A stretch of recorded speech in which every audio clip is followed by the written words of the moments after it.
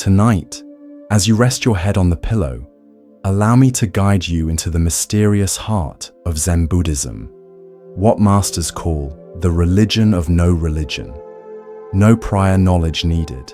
Simply breathe and let your mind drift as ancient wisdom washes over you like gentle waves. This is no ordinary sleep meditation. The secrets of Zen have transformed millions of lives for centuries, quieting anxious minds, dissolving stress, and revealing profound peace hidden in plain sight. Many discover their deepest sleep ever on their very first night. As your body relaxes, we'll explore how to release the thoughts keeping you awake, find freedom from suffering, and discover the extraordinary magic in ordinary moments. These timeless teachings speak directly to your deepest self, beyond all backgrounds and beliefs. Let's begin this journey together.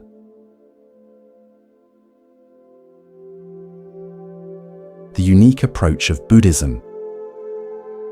Buddhism stands apart from other major world traditions in a fundamental way. While many religions center around belief in God, souls, or sacred texts, Buddhism takes a different approach. The Buddha didn't ask his followers to have faith in things they couldn't verify. Instead, he invited them to explore their own experience, to see for themselves the nature of reality. When the Buddha was asked about metaphysical questions, about God, about the afterlife, about the beginning of the universe, he often remained silent or responded with a story or question that redirected attention to the present moment. As one story goes, two young priests once debated the best path to union with Brahma, the Hindu creator god. They approached the Buddha for his opinion.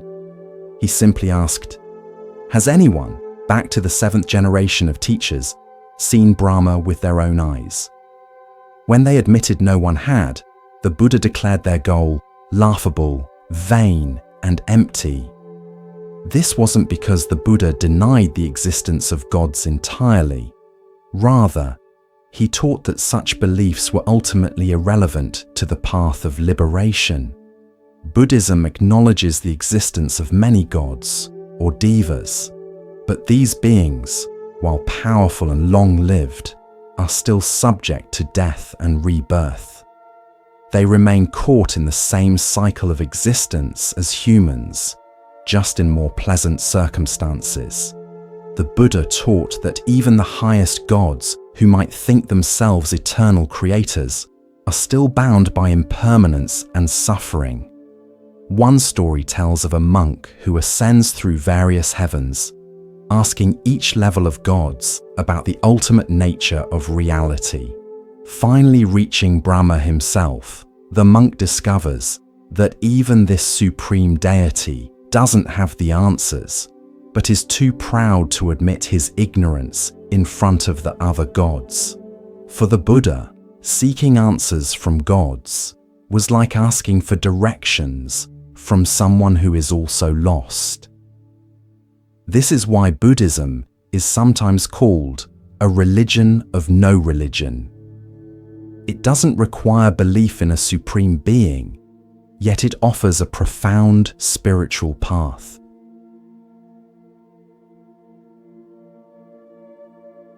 The Buddha's journey. To understand Buddhism, we should first understand its founder. Siddhartha Gautama was born around 2,500 years ago in what is now Nepal, a prince raised in luxury and sheltered from the harshness of life. The story goes that when he finally ventured beyond the palace walls as a young man, he encountered for the first time an old person, a sick person, and a corpse. These sights revealed to him the inescapable reality of suffering that awaits all beings.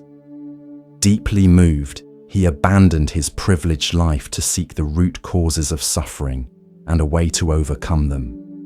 For years, he followed various spiritual teachers and practiced extreme asceticism, starving himself, enduring pain, denying himself all comfort, nearly to the point of death. Eventually, he realized that this path of self-torture was as unhelpful as his former life of self-indulgence. He chose instead a middle way, and sitting in meditation beneath a Bodhi tree, he awakened to profound insights about the nature of reality. He discovered that all things are impermanent, constantly changing, that our attempts to cling to what cannot last inevitably leads to suffering, and that what we call ourself isn't a fixed, separate entity, but rather a flowing process, deeply connected with everything around us.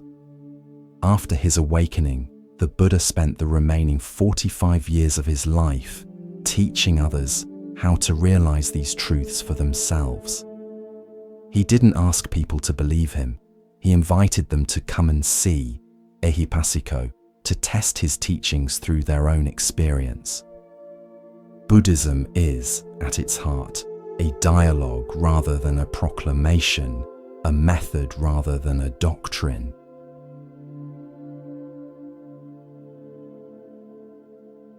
The nature of desire and suffering. At the core of the Buddha's teaching is an understanding of desire and its relationship to suffering. The Buddha observed that we constantly chase after things we want and run away from things we don't want, yet we never find lasting satisfaction. Desire, by its very nature, can never be satisfied, the Buddha taught. No matter what you do, you will not be satisfied.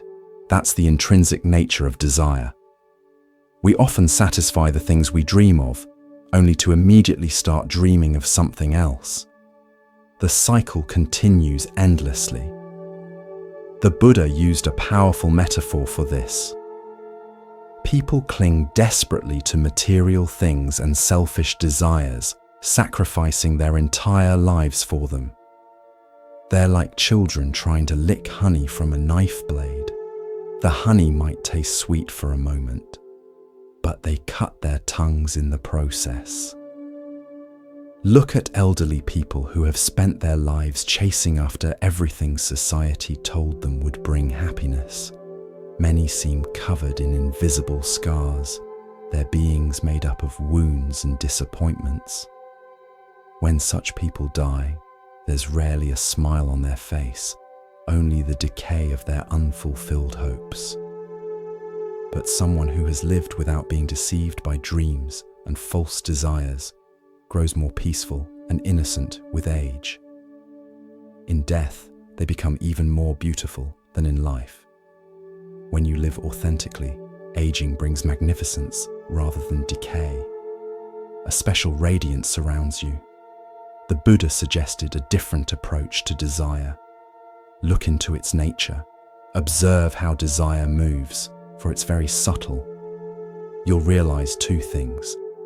Desire can never be satisfied, and once you understand this, desire will disappear, freeing you from craving. This is the state of peace, stillness, and liberation, the state of satisfaction.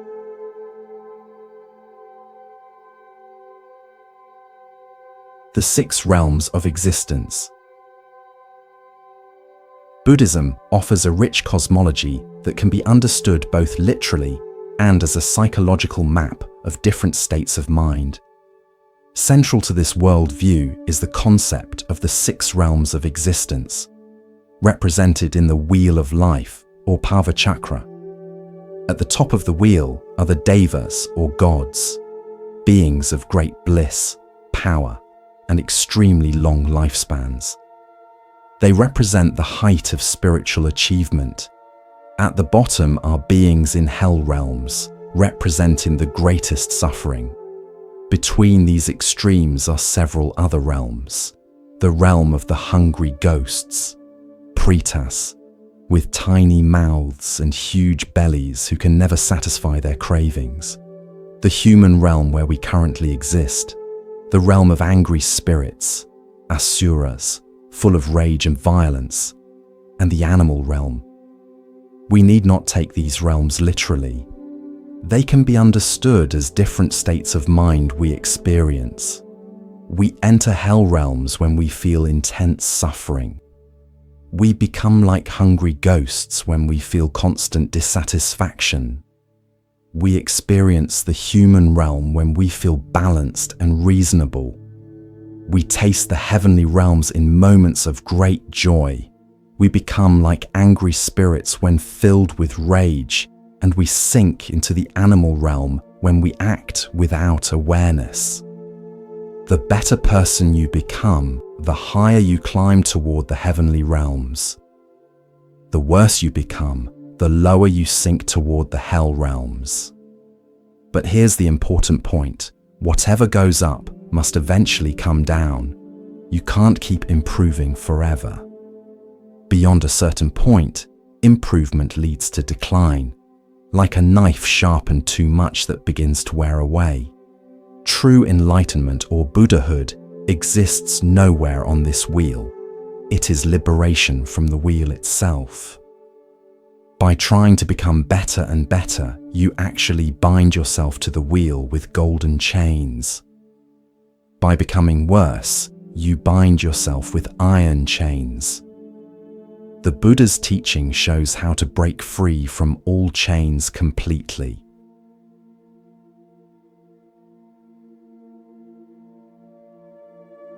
Beyond self, the heart of Buddhist insight. The Buddha taught that one of our most fundamental errors is believing we have a fixed, separate self or soul. This isn't saying that you don't exist, clearly you do, but that you don't exist as a separate, independent entity. The Buddha stated that the concept of self has been misunderstood. You exist, but you don't have a separate self. You exist, but aren't separate from the universe. Separation forms the basis of the self-concept. If I am separate from you, I have a self. If you are separate from me, you have a self. Consider a map showing North and South America. On paper, they appear separate, but beneath the ocean, there's only one Earth. All continents connect. They're one Earth. We appear separate only on the surface. The deeper you go, the more separation fades. When you reach the core of your being, it becomes universal. There is no separate self, no soul. This is Buddhism's most radical and profound teaching. Not only does it say there is no God in the sense of an eternal creator, no heaven as a place of eternal reward, but it also says there is no eternal soul or self. This can be quite challenging, as it leaves us with nothing to cling to. Without a soul, if death is the end, all effort seems meaningless. What's the point of meditation or prayer? But the Buddha's insight is that this very clinging to a permanent self is what causes our suffering in the first place. When we let go of this illusion, we discover a freedom and peace that doesn't depend on the idea of being a separate, permanent entity. This is how our universe truly is. A vast network of mutual interdependence, where everything implies everything else.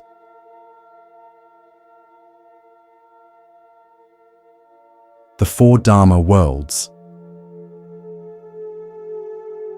In the Huayan, Keigon in Japanese, school of Buddhism, which forms an intellectual foundation for Zen, there's a concept of the four Dharma worlds that helps us understand different levels of reality. The world of Ji, particulars. This is the everyday world of separate things and events that our senses normally perceive. Mountains, rivers, people, buildings, all appearing as distinct entities. The world of Rai, unity. This is the unifying principle behind all particulars. When you truly understand things, you become aware of their relationships to each other and eventually see the unity behind them. It's as if the multiplicity of the world dissolves into oneness. The world of Riji, unity and particulars in harmony. This world recognizes that the universal and the particular are not incompatible. Just as you can have a red circle with the circle being a particular shape and red being a universal color, so too can spirituality and materiality, otherworldliness and worldliness coexist in harmony. The properly rounded out person is both spiritual and material. The world of Jiji, mutual penetration of all particulars. This is the highest view, where every particular thing is seen to contain and imply all other particular things. Between one event and any other, there is no obstruction or separation. This is the doctrine of the mutual interpenetration of all things. The world of Jiji is like Indra's net, where every dewdrop reflects all others. It means that any one event implies all events, and the entire universe, past, present, and future, depends on every single member. The whole universe depends on you, just as you depend on the whole universe. This highest view forms the philosophical basis for Zen as a practical, non-intellectual way of life. It's the realization that the most ordinary event, drinking tea, washing dishes, sneezing, implies the entire universe. This is why Zen people use ordinary events to demonstrate the cosmic and metaphysical without explaining them intellectually.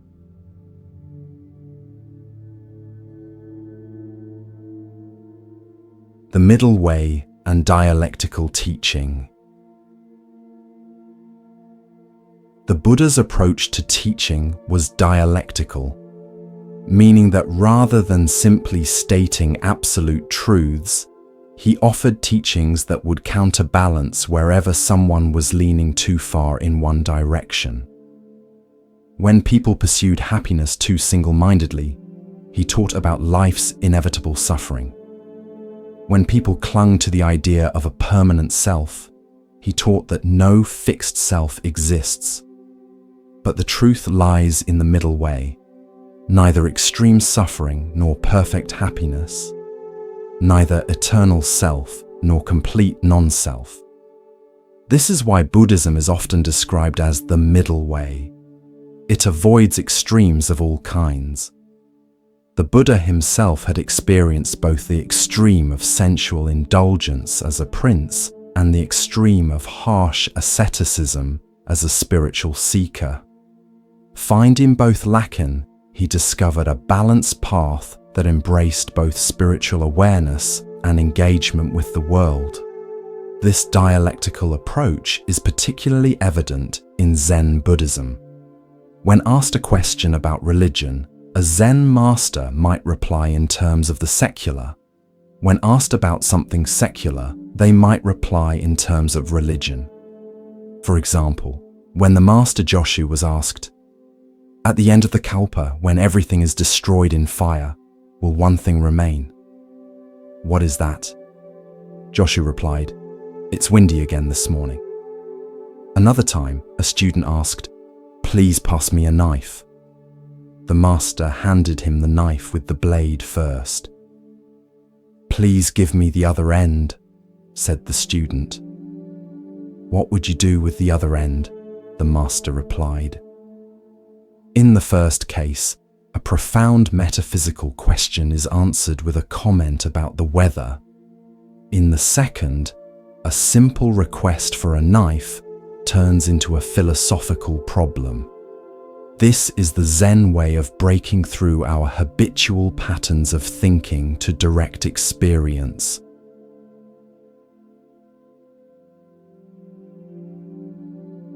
Zen, the direct pointing.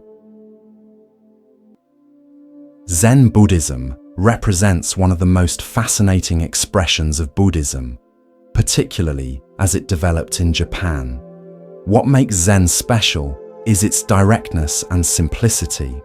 While other forms of Buddhism might involve elaborate rituals or detailed philosophical explanations, Zen cuts through all that to point directly at reality itself. Zen began in China around the 6th century when, according to tradition, an Indian monk named Bodhidharma brought a special teaching that was beyond words and letters. This tradition eventually made its way to Japan, where it profoundly influenced the culture, arts, and way of life. The word Zen comes from the Japanese pronunciation of the Chinese word Chan, which in turn comes from the Sanskrit word dhyana, meaning meditation or absorption. But Zen isn't just about sitting quietly, it's about bringing complete awareness to every aspect of life. A famous Zen saying declares, "Before enlightenment, chop wood and carry water. After enlightenment, chop wood and carry water." What changes isn't the activity, but the quality of awareness we bring to it. Zen teachers use various methods to awaken students from their habitual thinking. One approach involves presenting paradoxical statements or questions called koans, like, "What is the sound of one hand clapping?" Or, "What was your original face before your parents were born?"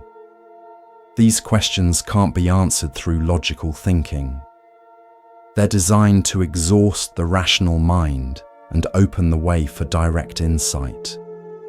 Another method is zazen, just sitting in meditation, paying attention to breath and posture, letting thoughts and feelings arise and pass without getting caught in them.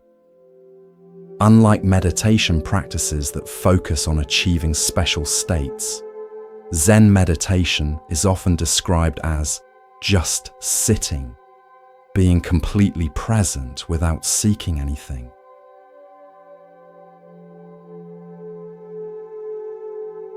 Zen arts and ordinary life.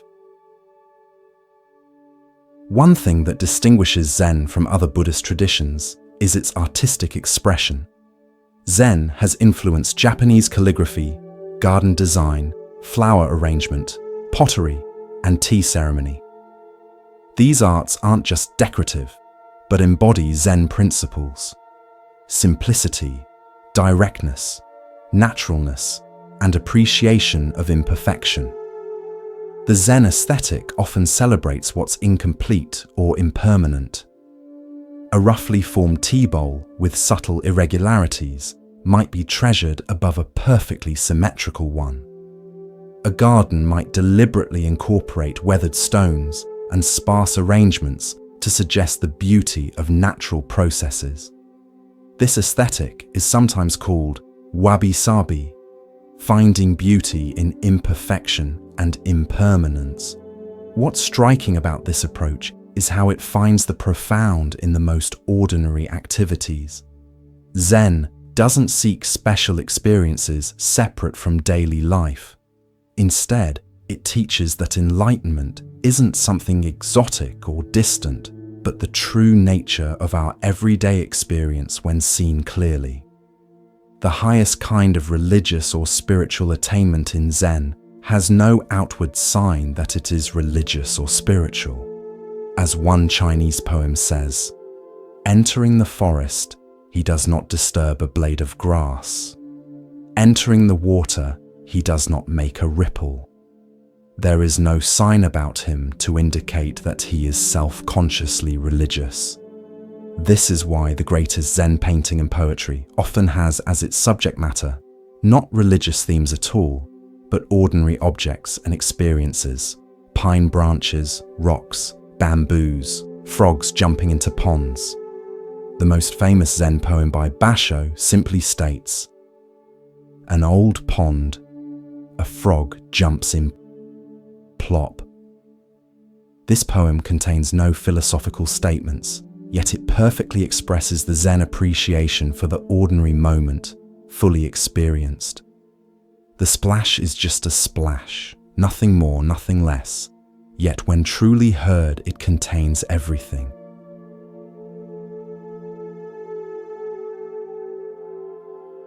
The double bind and Zen practice. One of the core teaching methods in Zen is what might be called the double bind, a situation where you're given contradictory demands that cannot both be fulfilled.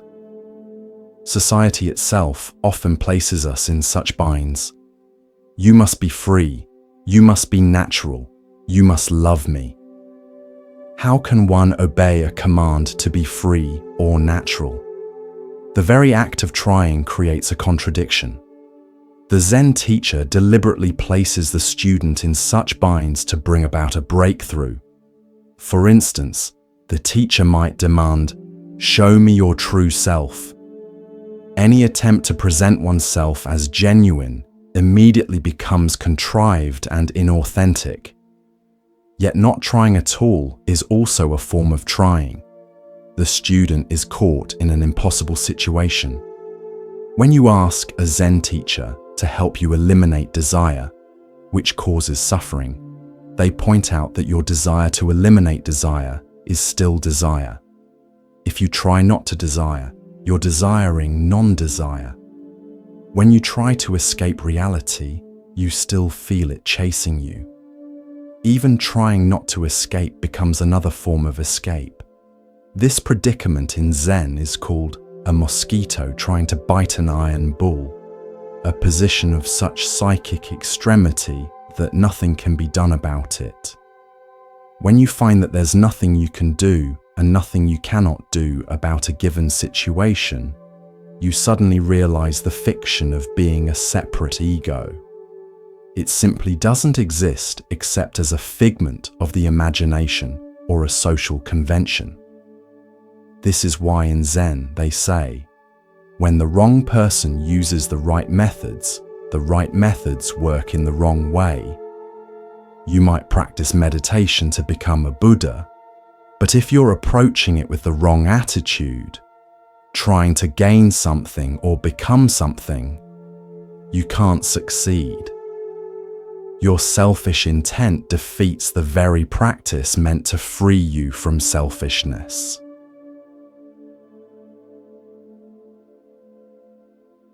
The religion of no religion.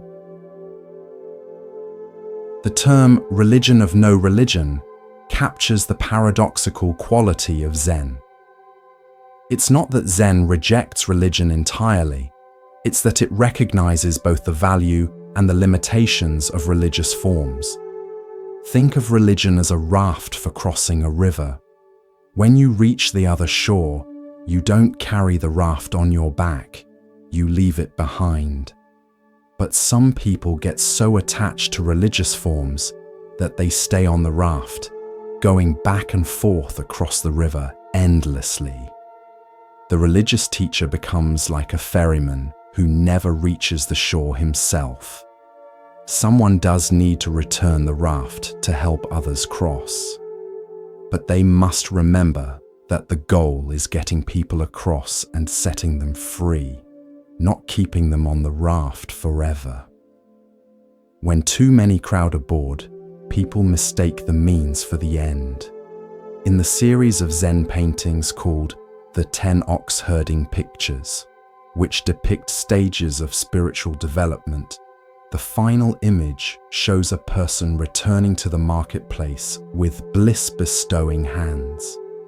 Having attained enlightenment, represented in earlier pictures, they return to ordinary life to help others, but without any outward sign of spiritual attainment. They appear completely ordinary. This is the Bodhisattva ideal, someone who has awakened but returns to the world of everyday life out of compassion for all beings. As one Zen saying puts it, to return to the source is not the same as never having left. The truly enlightened person doesn't reject the world, but engages with it from a perspective of wisdom and compassion.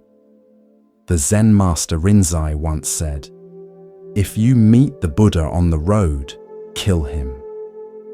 This shocking statement points to the danger of turning even the Buddha into an object of attachment.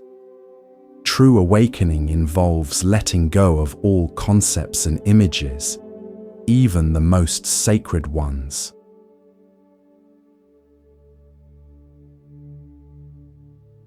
The modern relevance of Zen. What makes Zen so appealing across cultures is its universality.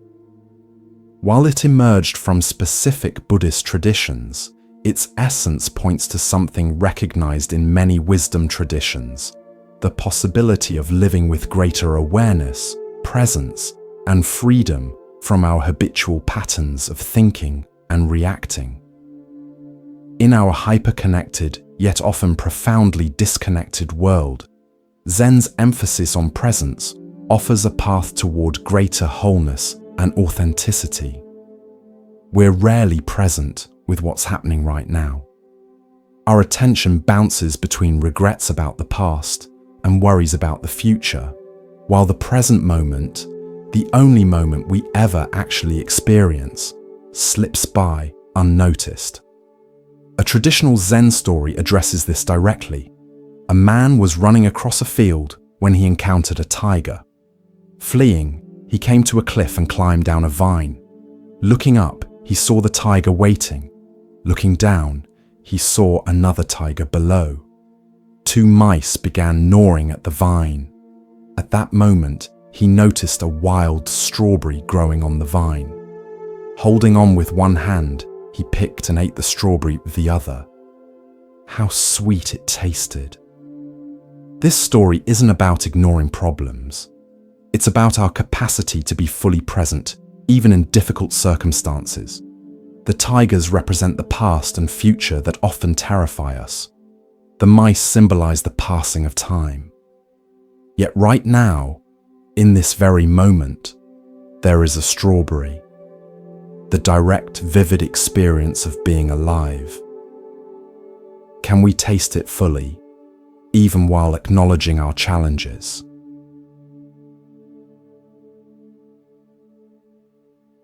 Digital distraction and Zen.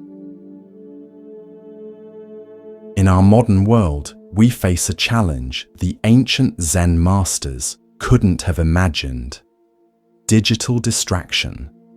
Many of us check our phones within minutes of waking up and continue checking them throughout the day, often even during conversations with loved ones. Studies show the average person checks their phone over 150 times daily, often without conscious awareness. This constant fragmentation of attention not only prevents us from being present, but actually reshapes our brains, making sustained attention increasingly difficult. A modern Zen approach might involve noticing the urge to check your phone without immediately acting on it. What drives this compulsion? Is it fear of missing something? Boredom? Anxiety? By bringing awareness to this habit, we can begin to break its unconscious power. The Zen approach isn't about demonizing technology, but about bringing awareness to automatic habits. Most phone checking is driven not by necessity, but by restlessness or a vague sense that something better might be happening somewhere else. The very opposite of Zen's emphasis on the fullness of the present moment.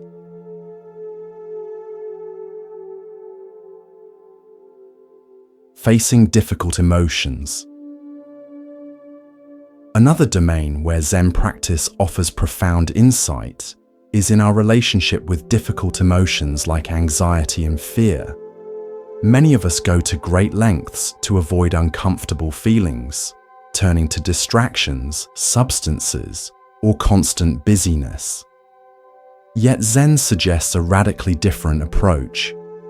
Instead of trying to make anxiety go away, what if you got curious about it?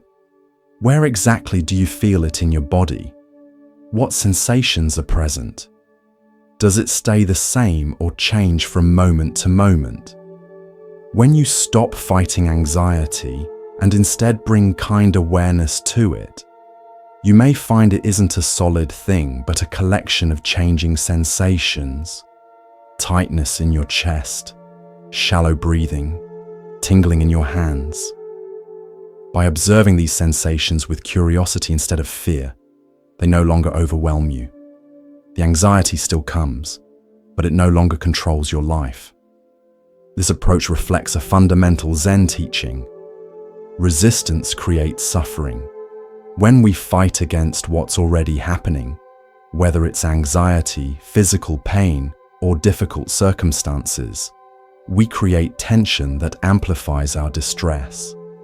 When we meet experience with open awareness, we discover a freedom that doesn't depend on circumstances being a certain way.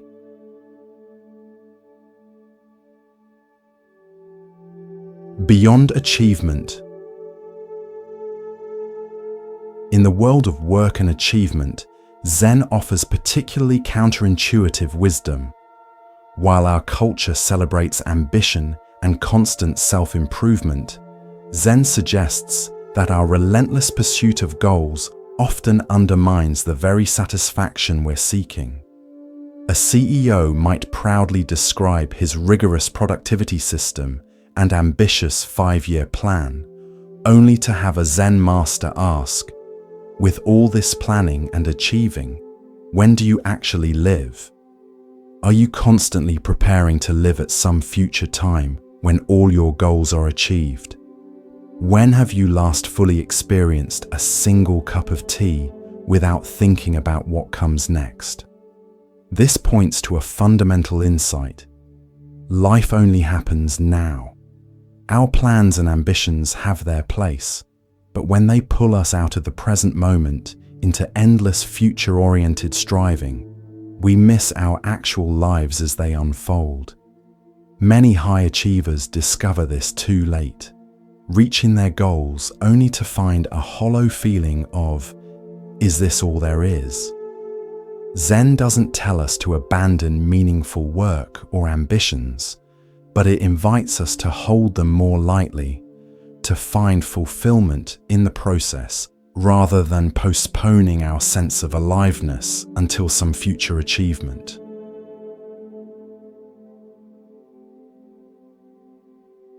Zen and mortality.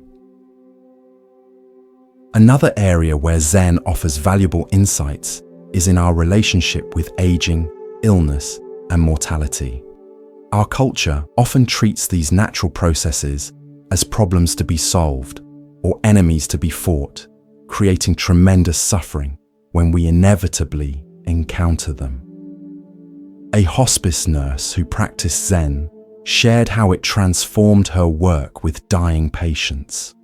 While medical training taught her to see death as a failure to be prevented, Zen taught her to see it as a natural transition that could be approached with awareness and compassion.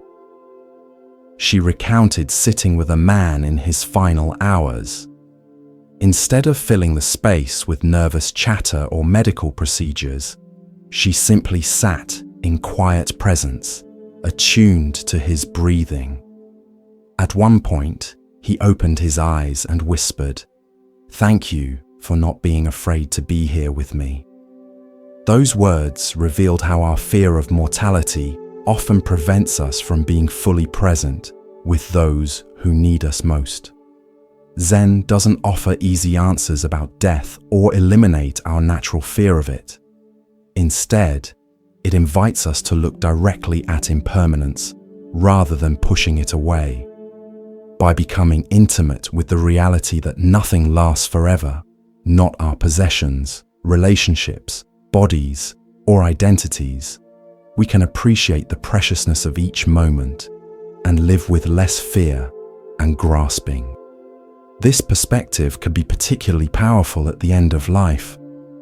Someone who has lived without being deceived by dreams and false desires grows more peaceful and innocent with age. In death, they become even more beautiful than in life. When you live authentically, aging brings magnificence rather than decay. A special radiance surrounds you, and you become like a temple of something eternal and absolute. This is how life should unfold, a journey of growth and evolution. If aging makes you bitter and ugly, it suggests you've spent your life licking honey from knife blades. You've been wounded repeatedly by your own desires. Old age becomes dry and tedious, and few can face death peacefully, because people rarely live with true awareness. If someone truly lives, like a candle burning brightly from both ends, their death becomes something beautiful to witness. You'll see their life shine brightest at the very end. In their final moments, they become like a powerful flame. Their entire being concentrates into that moment, and light seems to radiate from them.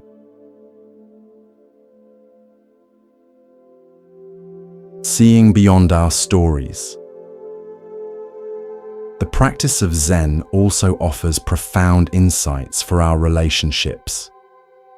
Many of us approach relationships with fixed ideas about who the other person is, how they should behave, and what we need from them.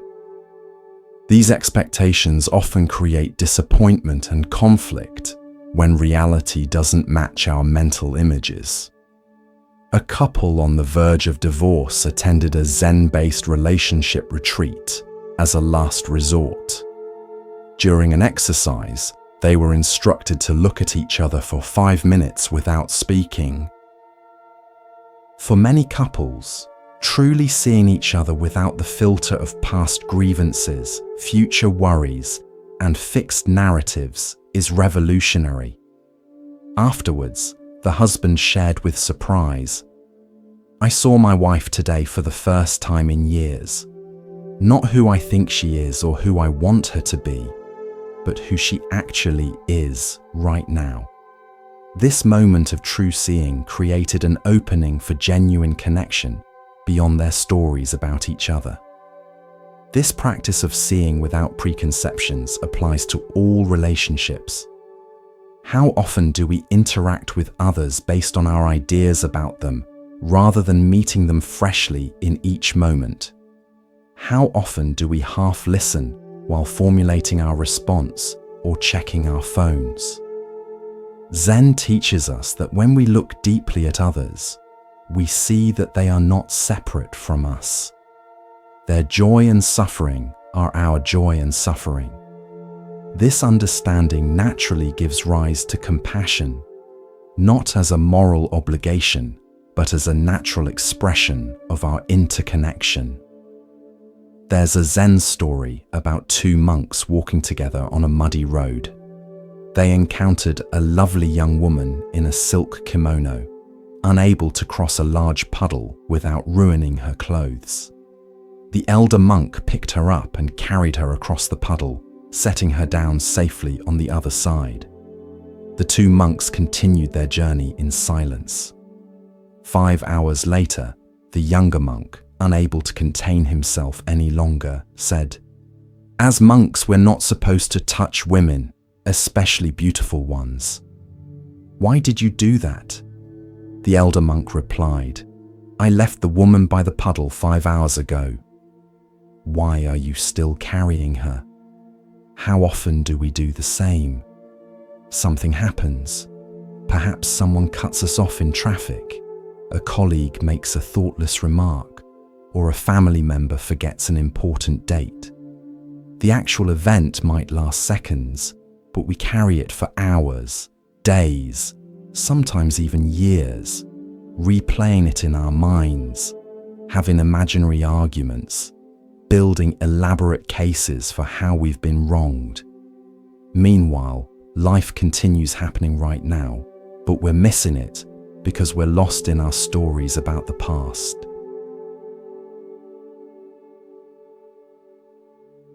The inner critic and self-acceptance. Zen also offers wisdom for dealing with one of the most universal human challenges, the inner critic. Most of us have an internal voice that judges, criticizes, and finds us lacking in countless ways.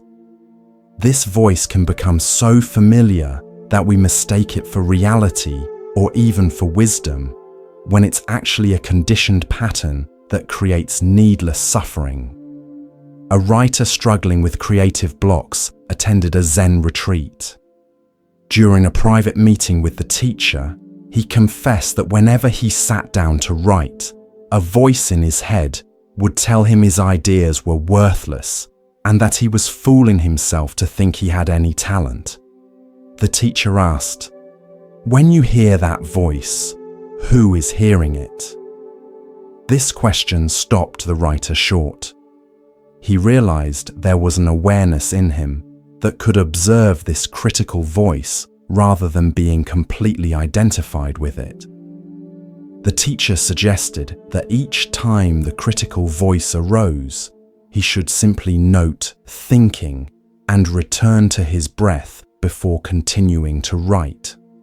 This simple practice created enough space for the writer to recognize that the inner critic was not the truth about him, but a conditioned thought pattern. By neither fighting against it nor believing it, he found freedom to create, despite its continuing presence. This approach to the inner critic illustrates a fundamental Zen insight. We are not our thoughts.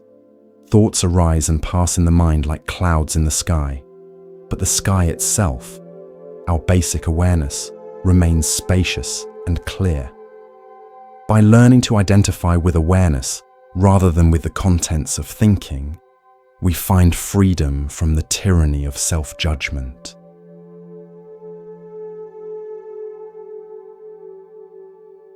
The freedom of simplicity. The wisdom of Zen also applies to how we relate to possessions and consumption.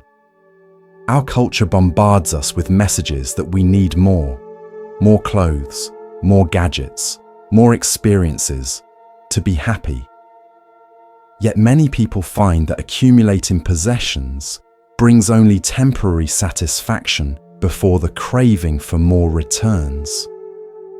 A successful businessman who practiced Zen shared his experience of downsizing from a large house filled with expensive belongings to a simple apartment with only what he truly needed and valued. The process wasn't about ascetic self-denial, but about discovering what truly contributed to his well-being versus what merely cluttered his life and mind. He found that with fewer possessions requiring maintenance, insurance, and mental energy, he experienced greater freedom and clarity. His practice became noticing the impulse to acquire new things and questioning whether they would genuinely enrich his life or simply add complexity and distraction. This approach reflects the Zen aesthetic of simplicity, not as a rigid standard of minimalism, but as a natural expression of knowing what truly matters. When we're not constantly chasing after the next thing, we can appreciate what we already have more fully. Psychologists have observed that people who feel powerless internally often buy expensive things to compensate. If someone feels weak inside, they might want the best car they can find.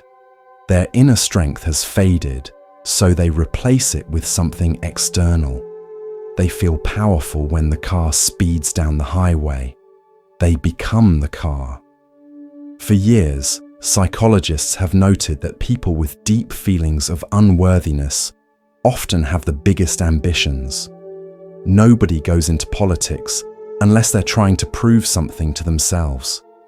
Politicians typically feel inferior inside and can't bear it. They need to prove their importance because they don't truly believe in themselves. Whatever you lack on the inside, you try to gather from the outside world. But if you're complete within yourself, you can simply relax in your own peaceful presence. Only then can you truly see your own beauty and know who you really are.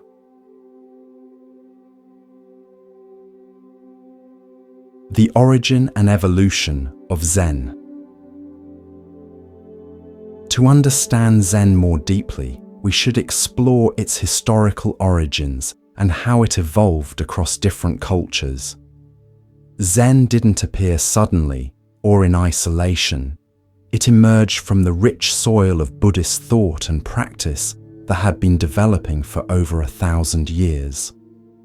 Buddhism originated in India with Siddhartha Gautama, the historical Buddha, around the 5th century BCE. As Buddhism spread across Asia, it naturally adapted to different cultures and environments. By the time it reached China in the 1st century CE, Buddhism had already developed various schools and approaches. The particular form of Buddhism that would eventually become Zen began with the legendary figure of Bodhidharma, an Indian monk who is said to have arrived in China around the 5th century CE. According to tradition, when Bodhidharma met with the Chinese emperor, who proudly listed all the temples he had built and good deeds he had done, Bodhidharma bluntly told him, "No merit whatsoever." This shocking response illustrated the Zen approach, cutting through conventional ideas of religious practice to point directly at the heart of awakening. Bodhidharma is credited with bringing a tradition of direct mind-to-mind transmission outside the scriptures. When asked what he taught, he is said to have replied, "A special transmission outside the scriptures, not founded upon words and letters, directly pointing to the human mind, seeing into one's nature and attaining Buddhahood." In China, this tradition became known as Chan Buddhism. It blended Indian Buddhist teachings with Chinese philosophical traditions, particularly Taoism, which emphasized naturalness, simplicity, and harmony with the flow of nature. This synthesis created a uniquely Chinese form of Buddhism that valued direct experience over theoretical knowledge. Chan Buddhism flourished during the Tang Dynasty, 618 to 907 CE, considered the golden age of Chinese culture. Masters like Huineng, Mazu, Linji, and Zhaozhou developed distinctive teaching styles that employed surprising tactics to break through their students' conceptual thinking. When Chan Buddhism was transmitted to Korea, where it became known as Seon, and later to Japan in the 12th century, where it became known as Zen, each culture added its own flavor to the practice. In Japan particularly, Zen influenced nearly every aspect of culture, from architecture and garden design to pottery, painting, calligraphy, and even everyday activities like serving tea or arranging flowers. Today, Zen has spread worldwide and continues to evolve as it encounters new cultures. While maintaining its essential focus on direct experience, Zen adapts its forms and practices to meet the needs of contemporary practitioners in diverse settings.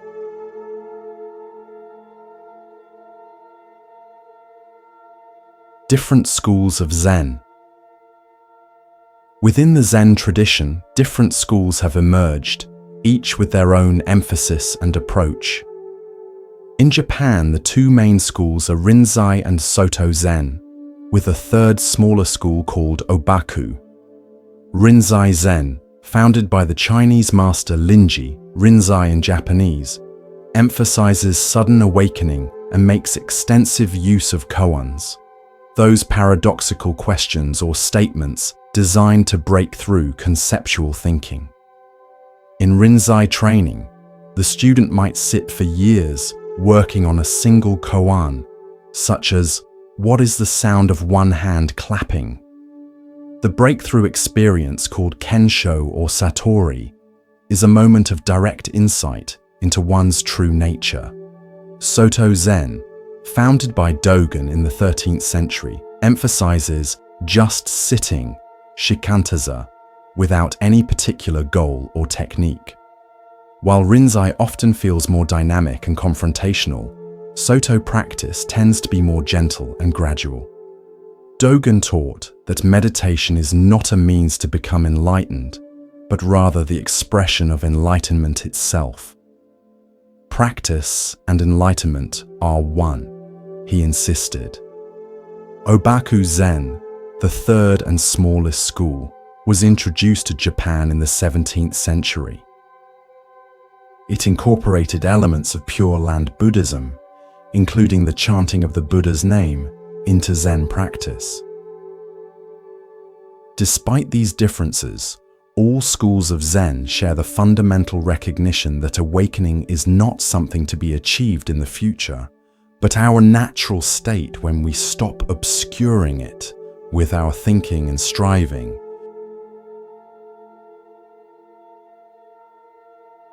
The role of teachers and lineage. In Zen, the relationship between teacher and student holds a special place. Unlike religious traditions that rely primarily on sacred texts for authority, Zen emphasizes direct transmission from person to person, what's called the warm hand to warm hand transmission. This doesn't mean that Zen rejects scriptures.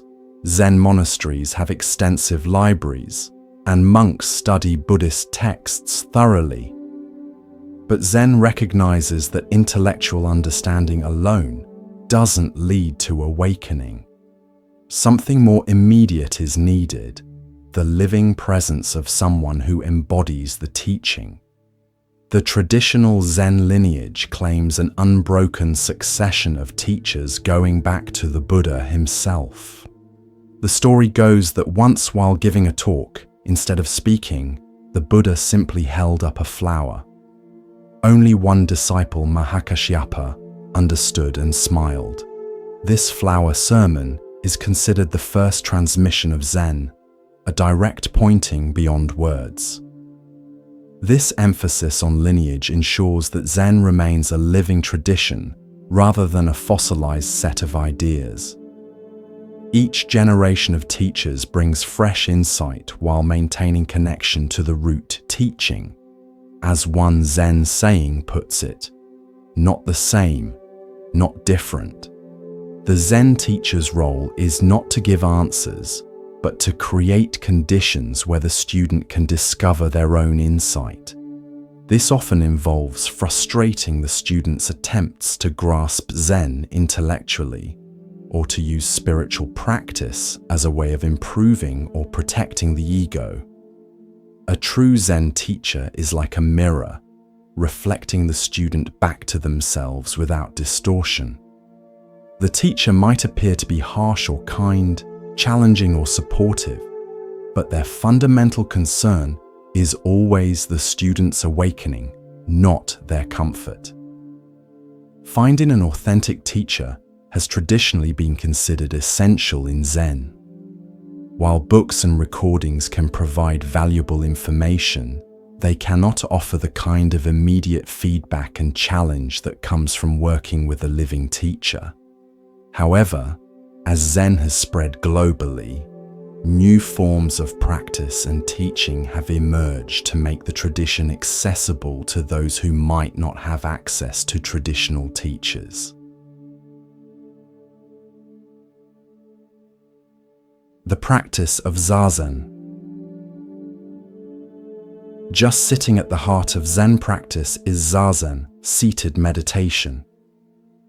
Unlike some forms of meditation that focus on achieving altered states of consciousness or cultivating particular qualities, Zazen is often described simply as just sitting.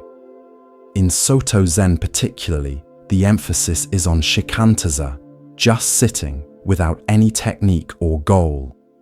You simply take a stable posture, traditionally sitting cross-legged on a cushion with spine erect, hands forming a mudra, ritual gesture, eyes open but gaze lowered, and then you just sit, fully present with whatever arises. This sounds extremely simple, and it is, but it's not easy. Our minds are conditioned to be constantly busy, planning, remembering, fantasizing, worrying. When we first sit in Zazen, we discover just how restless our minds actually are. It can be shocking to realize how rarely we're fully present for our own lives. In Zazen, we don't try to stop thinking or empty the mind. That would just be another form of striving. Instead, we let thoughts come and go without getting caught up in them. When we notice we've been carried away by thinking, we simply return to the direct experience of sitting, the sensation of breathing, the feeling of our body, the sounds around us. Over time, this practice starts to reveal something profound, that we are not our thoughts. There is a spacious awareness that contains thinking, but isn't defined by it. This awareness is always present, but usually overlooked as we're caught up in the content of our experience, rather than the context in which it occurs. The physical posture in Zazen is important. We sit with dignity, embodying the awakened state rather than struggling to attain it. As Zen master Suzuki Roshi famously said, "You are perfect just as you are, and you could use a little improvement." This paradoxical statement captures the essence of Zazen. We practice diligently while recognizing that what we're seeking is already fully present. Zazen is traditionally practiced in periods of 25 to 45 minutes, often with walking meditation, kinhin, in between. In monasteries, monks might sit for many hours each day. For lay people, even a regular practice of 20 to 30 minutes can be transformative. While the formal practice of Zazen provides a foundation, Zen ultimately isn't confined to the meditation cushion. The awareness cultivated in Zazen extends to all activities. As another Zen saying puts it, Zen is not some kind of excitement, but concentration on our usual everyday routine.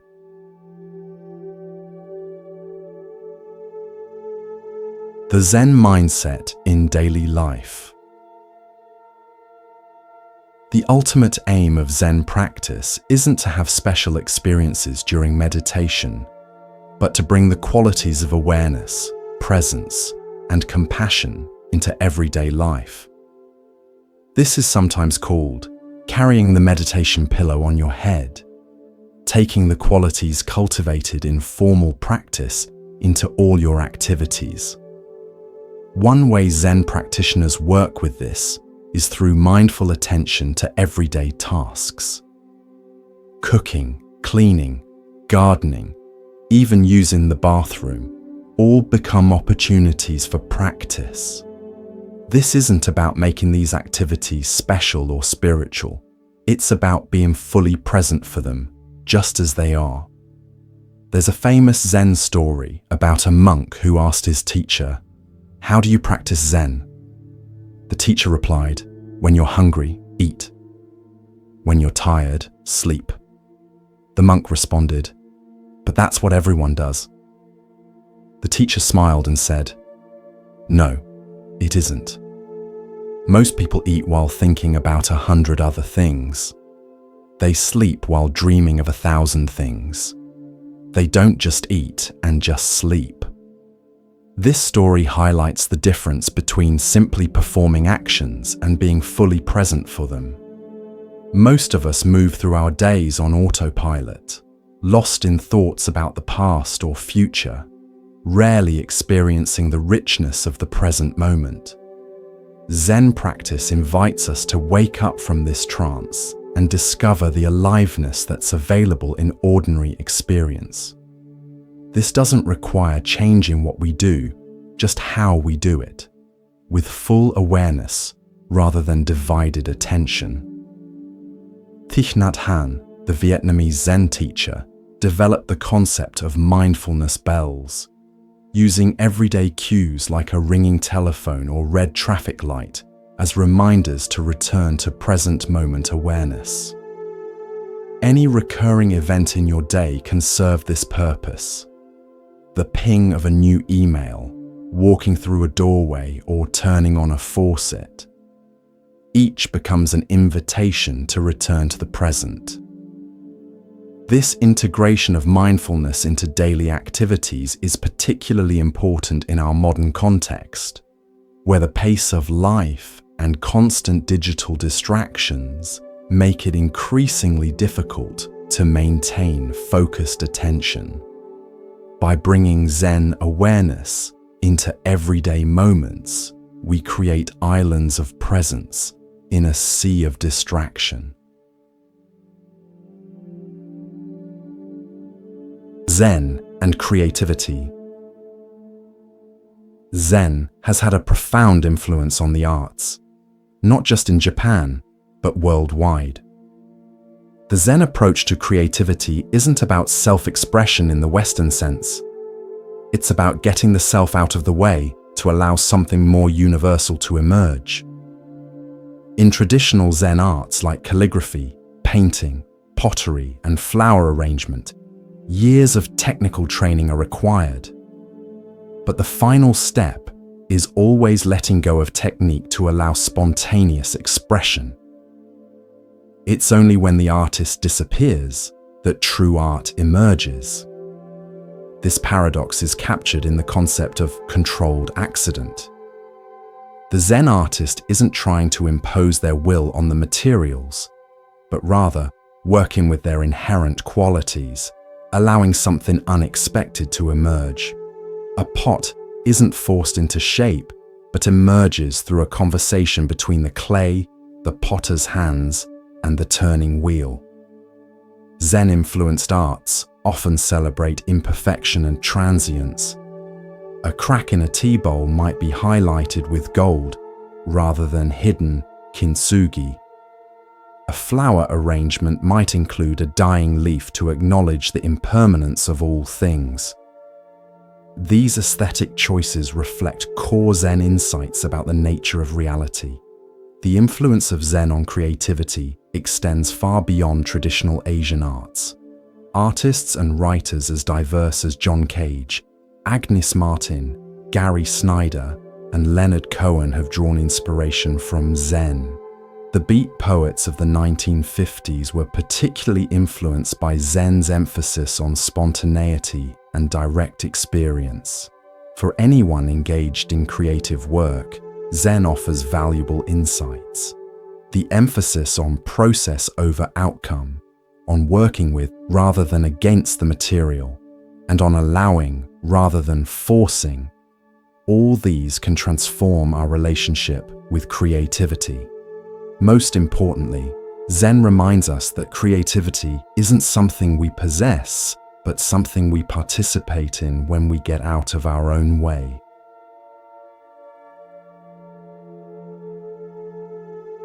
Zen and work. In traditional Zen monasteries, work, samu, is considered an essential part of practice, not separate from meditation. Monks engage in cooking, cleaning, gardening, and maintenance with the same mindful attention they bring to formal meditation. This approach to work offers a stark contrast to modern attitudes that often see work as merely a means to an end, something we endure to earn money for the real living that happens outside working hours. Zen suggests that any activity approached with full awareness can be a vehicle for awakening. The key is to focus on the work itself rather than its results or rewards. When we're fully engaged in a task, giving it our complete attention, something shifts. The boundary between worker and work dissolves, and we enter what psychologists now call a flow state, a condition of optimal experience where we're completely absorbed in what we're doing. Zen master Thich Nhat Hanh suggests using the breath as an anchor while working. Breathing in, I know I am breathing in. Breathing out, I know I am breathing out. This simple practice helps prevent our minds from wandering into worries about the future or ruminations about the past, keeping us grounded in the present moment. Another Zen approach to work involves doing one thing at a time. In a culture that celebrates multitasking, Zen reminds us that our attention is inherently limited. When we try to do multiple things simultaneously, we often do none of them well and deplete our mental resources in the process. By giving our full attention to one task before moving to the next, we not only produce better results, but experience greater satisfaction. The mind becomes more settled, less scattered. We might actually get more done with less effort, simply because we're not wasting energy switching between tasks or recovering from distractions. Perhaps most fundamentally, Zen invites us to reconsider the very purpose of work. Beyond earning a living, work can be a way of contributing to the well-being of all life, of expressing our deepest values, and of developing ourselves as human beings. When work is approached in this spirit, even seemingly mundane tasks become meaningful.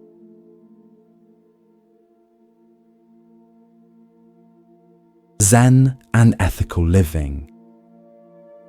While Zen is often associated with meditation and mystical insight, it also offers profound guidance for ethical living.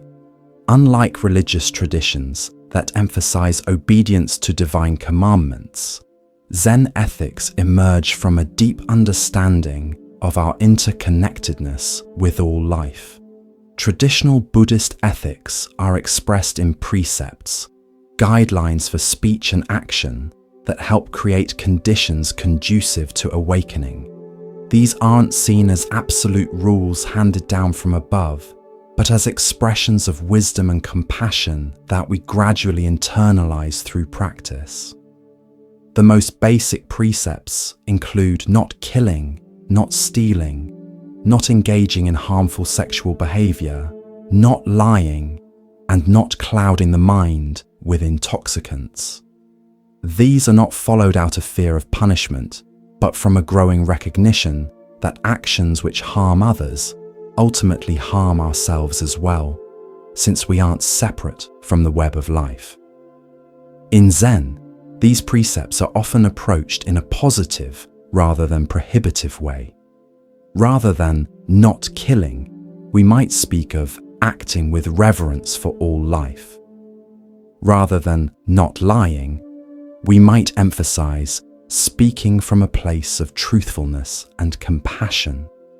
This subtle shift helps us see precepts not as restrictions on our freedom, but as expressions of our awakening nature. Beyond specific guidelines, Zen ethics emphasize responsiveness to the unique circumstances of each situation. What's helpful in one context might be harmful in another. This doesn't mean anything goes, but rather that ethical action requires awareness and discernment, rather than rigid adherence to rules. This flexible, context-sensitive approach to ethics is captured in a famous Zen story. A monk asked his teacher, "What is the essential meaning of Buddhism?" The teacher replied, "Do good, avoid evil, purify your mind." The monk said, "That's so simple, even a child of 3 could understand it." The teacher responded, "Yes, but even an old person of 80 finds it difficult to practice." The story reminds us that ethical understanding is simple, but ethical living requires ongoing practice and attention. It's not enough to know what's right. We must embody it in our actions, moment by moment. In our complex modern world, Zen ethics offer a valuable approach that avoids both rigid moralism and anything goes relativism. By grounding ethical choices in awareness of interconnection and in the direct experience of how our actions affect ourselves and others, Zen provides a flexible yet robust foundation for navigating ethical challenges.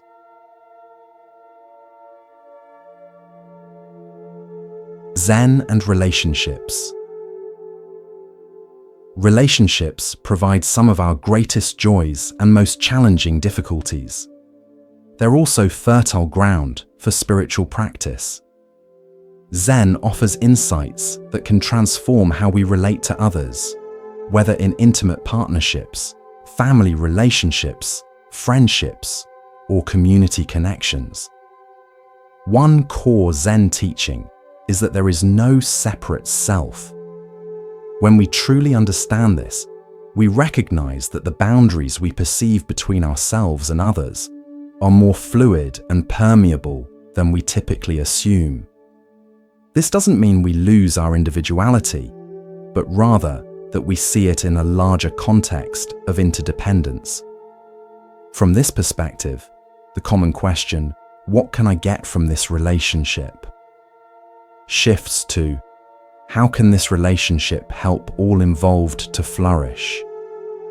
Rather than seeing relationships as transactions where we try to maximize benefits and minimize costs for ourselves, we can approach them as shared journeys of growth and awakening.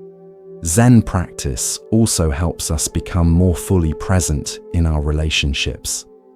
How often are we physically with someone but mentally elsewhere, thinking about work, planning dinner, or scrolling through social media?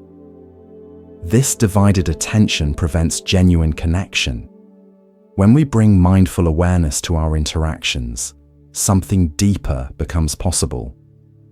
A simple practice for mindful communication is to truly listen when others speak. Most of us listen partially at best, formulating our response while the other person is still talking. Zen suggests listening completely, giving our full attention to understanding not just the words, but the person speaking them. When we listen in this way, people feel truly seen and heard, which in itself can be deeply healing. Another valuable Zen approach to relationships involves non-attachment to fixed ideas about others. We all have tendency to create mental images of the people in our lives. She's always critical. He never listens. They're so self-centered. These images might contain some truth, but they also limit our ability to see the person freshly in each moment and to recognize their capacity for change. By letting go of these fixed notions and meeting others with beginner's mind, a mind open to new possibilities rather than filled with preconceptions, we create space for genuine encounter and growth. This doesn't mean ignoring problematic behaviors, but rather addressing them without reducing the whole person to those behaviors. Perhaps most importantly, Zen reminds us that our interactions with others reveal our own mind states as much as they do anything about the other person. When we're irritated by someone's behavior, the irritation arises in our consciousness. By noticing our reactions without immediately acting on them, we gain insight into our own patterns and create more choice in how we respond. This internal awareness is the foundation of skillful relationship. As we become more conscious of our own reactions, projections, desires, and fears, we bring greater clarity and freedom to our interactions with others.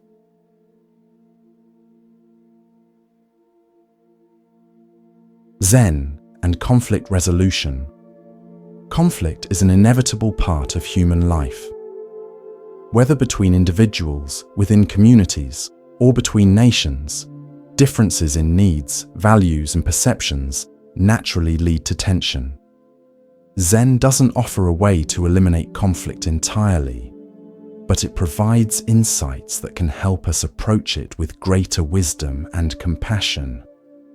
One key Zen insight is that conflict often escalates when we become identified with our positions and see them as extensions of ourselves. A disagreement becomes personal, a threat to our identity or self-worth.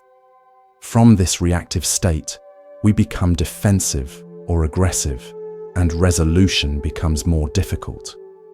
Zen practice helps us recognize that our opinions and positions, while they may be important, are not who we are. By holding them more lightly, we create space for genuine dialogue. We can listen to differing viewpoints without feeling personally threatened, and we can advocate for our own perspective without needing to win at all costs. Another valuable approach is to look beneath positions to the underlying needs and concerns that drive them. Often, people with seemingly opposed positions share common values or needs. By focusing on these deeper shared concerns rather than surface disagreements, we can find creative solutions that address everyone's essential requirements. Zen also encourages us to be attentive to the physical and emotional sensations that arise during conflict. When we feel threatened, our bodies respond with increased tension, rapid heartbeat, shallow breathing, and other stress responses. By noticing these reactions, without being controlled by them, perhaps taking a few deep breaths, or momentarily shifting attention to physical sensations, we can access more of our intelligence and compassion. The practice of non-judgment is particularly valuable in conflict situations. This doesn't mean abandoning discernment or ethical standards, but rather suspending the automatic categorization of people and actions as good or bad, right or wrong. By staying with the complexity of a situation rather than reducing it to simplistic judgments, we can see more clearly and respond more skillfully. Sometimes the wisest response to conflict is to create space, to pause rather than react immediately. As one Zen saying puts it, when in doubt, don't. A period of reflection, perhaps including meditation or consultation with trusted others, can allow for a more considered response rather than a reactive one. In community conflicts, Zen emphasizes the importance of creating processes where all voices can be heard with respect. This doesn't mean everyone gets what they want, but that everyone feels their perspective has been genuinely considered. When people feel heard, they're often more willing to accept outcomes different from their initial preferences. Perhaps most fundamentally, Zen approaches conflict with a recognition of our shared humanity and interdependence. Even those with whom we strongly disagree are, like us, seeking happiness and trying to avoid suffering. This basic recognition doesn't automatically resolve differences, but it provides a foundation of respect and compassion that makes resolution more possible.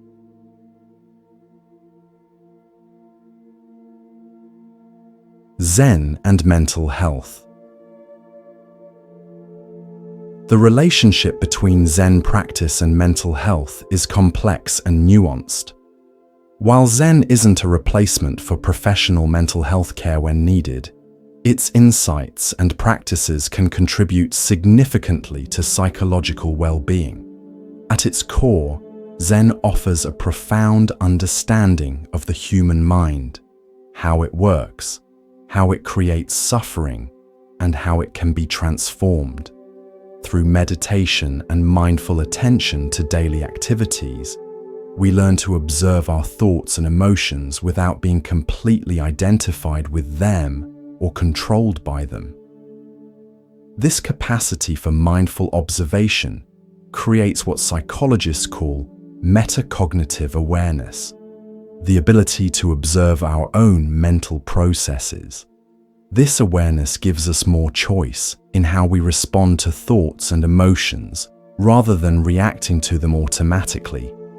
For example, when anxiety arises, instead of being completely caught in the anxious thoughts and sensations, we can notice, anxiety is present, and relate to it with some spaciousness.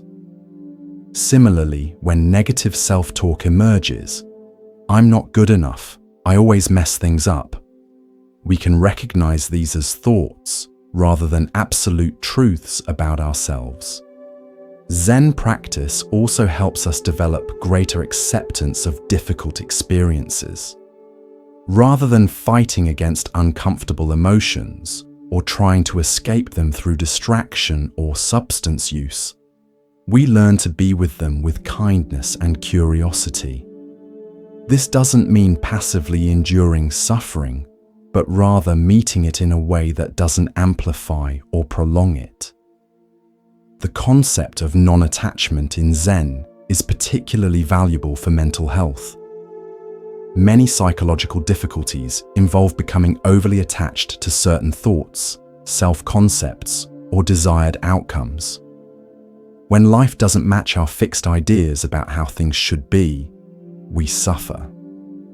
By holding our thoughts and expectations more lightly, we become more flexible and resilient in the face of life's inevitable changes and challenges. Zen's emphasis on present moment awareness can be especially helpful for those struggling with rumination or worry, mental patterns that keep us stuck in the past or anxious about the future.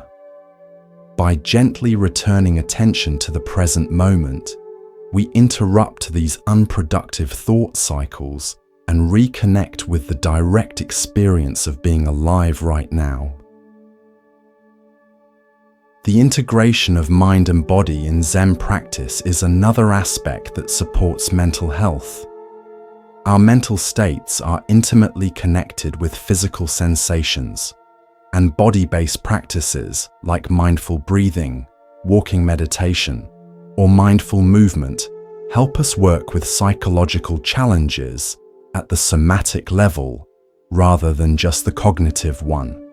For those dealing with specific mental health conditions, Zen-inspired approaches like mindfulness-based cognitive therapy, MBCT, and acceptance and commitment therapy, ACT, have been clinically validated as effective treatments. These approaches combine traditional Zen insights with modern psychological understanding to address conditions like depression, anxiety, and stress-related disorders. It's important to note, however, that Zen practice isn't appropriate for everyone at all times. People experiencing acute psychosis, severe depression, or other serious mental health crises may need other forms of support before meditation becomes helpful. And even for those for whom meditation is generally beneficial, certain difficult emotions or memories may arise during practice that require additional support from a therapist or counselor. The wisest approach is to see Zen practice and professional mental health care not as alternatives, but as complementary resources. Many people find that combining meditation with therapy, and when appropriate, medication, provides the most comprehensive support for psychological well-being.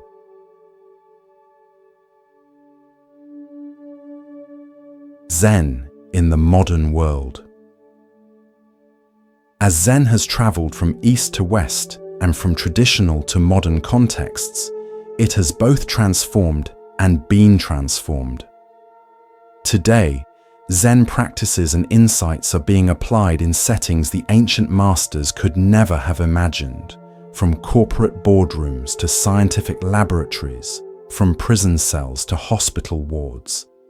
This adaptation raises important questions about cultural appropriation, authenticity, and the essence of Zen. Is Zen still Zen when removed from its traditional Asian context? What elements are essential to preserve, and what can be modified to fit new cultural environments? There's no simple answer to these questions, but we can observe some of the ways Zen is evolving in the modern world. One significant development is the secularization of Zen practices, particularly meditation. Programs like mindfulness-based stress reduction, MBSR, and mindfulness-based cognitive therapy, MBCT, have extracted meditation techniques from their religious context and presented them in scientific and therapeutic frameworks. This secularization has made meditation accessible to many who might be uncomfortable with Buddhist religious elements. It has also facilitated scientific research on the effects of meditation, with hundreds of studies documenting benefits for physical and mental health. However, some critics argue that this approach reduces Zen to a self-improvement technique, losing the deeper spiritual and ethical dimensions of the tradition. Another modern development is the democratization of Zen. Traditionally, Zen was primarily practiced by monks in monasteries, with lay people having limited access to the deeper teachings. Today, Zen centers and programs are available to people of all backgrounds, regardless of their ability to commit to monastic life. While this has made Zen more widely accessible, it also raises questions about depth of practice and the role of sustained intensive training. Technology has also influenced modern Zen practice. Meditation apps, online courses, and virtual Sanghas communities make Zen resources available to people who might not have access to local teachers or groups. These digital adaptations offer convenience and accessibility, but may lack the direct person-to-person transmission that has been central to the Zen tradition. Social engagement is another area where modern Zen is evolving. While traditional Zen has sometimes been criticized for focusing on individual liberation at the expense of social justice, many contemporary Zen practitioners explicitly connect their practice to activism and social change. Organizations like the Buddhist Peace Fellowship and movements like Engaged Buddhism seek to apply Zen insights to collective challenges like environmental degradation, economic inequality, and systemic discrimination. Perhaps the most significant aspect of Zen's modern evolution is its encounter with Western psychology, neuroscience, and philosophy. This cross-fertilization has enriched both Zen and Western understanding of consciousness, cognition, and human potential.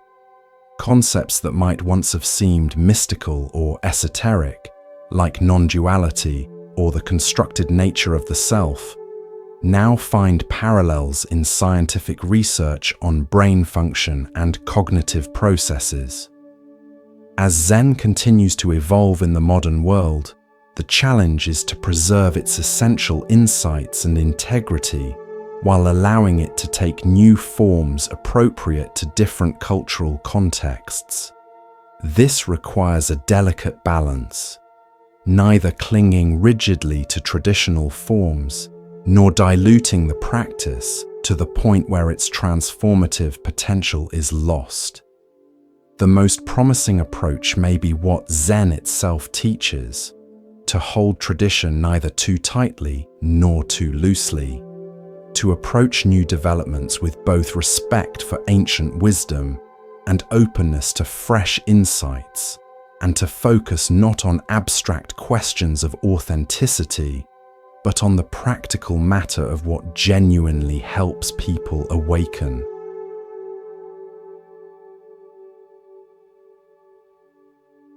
Zen koans, the art of the impossible question. One of the most distinctive and fascinating aspects of Zen practice, particularly in the Rinzai tradition, is the use of koans. These enigmatic questions, statements, or stories are designed to propel the student beyond logical thinking into direct insight.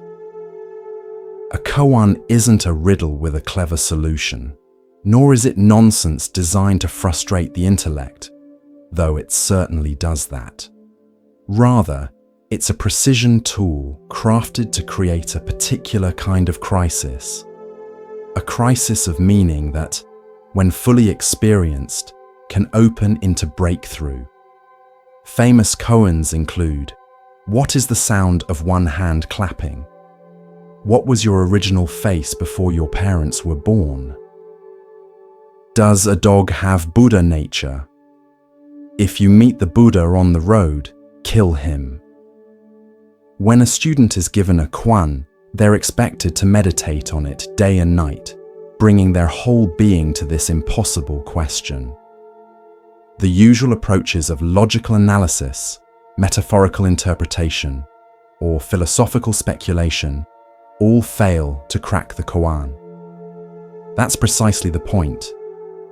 The koan is designed to exhaust all the mind's usual strategies, creating a state of great doubt where one's entire framework of understanding is called into question.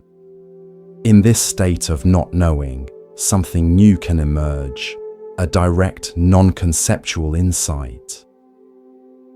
The Japanese term for this breakthrough is satori, a moment of seeing into one's true nature beyond all concepts and constructions. In traditional Rinzai training, the student regularly meets with the teacher in private interview, dokusan, to present their understanding of the koan. The teacher can immediately discern whether the student has had genuine insight or is still caught in conceptual thinking. No explanation or interpretation, however clever, will satisfy the teacher. Only when the student embodies the truth of the koan, when they become the koan, will the teacher recognize their realization. Once a student resolves one koan, they're given another. In traditional training, a student might work through hundreds of koans over many years, each one addressing different aspects of awakening and its expression in daily life. The koan tradition highlights a key aspect of Zen, that ultimate truth cannot be captured in concepts or conveyed through words. It must be directly experienced. As one Zen saying puts it, "Don't mistake the finger pointing at the moon for the moon itself." All teachings, including koans, are merely pointers to a reality that transcends language. This doesn't mean that Zen is anti-intellectual or opposed to rational thought. Rather, it recognizes both the value and the limitations of conceptual understanding. Concepts are useful tools for navigating the relative world, but they can never capture the absolute. The koan practice helps us recognize when we're mistaking our conceptual maps for the territory itself. In our modern world, where we're constantly bombarded with information and explanations, the koan practice offers a radical alternative. An invitation to rest in not knowing, to become comfortable with mystery, and to discover what lies beyond our conceptual constructions of reality.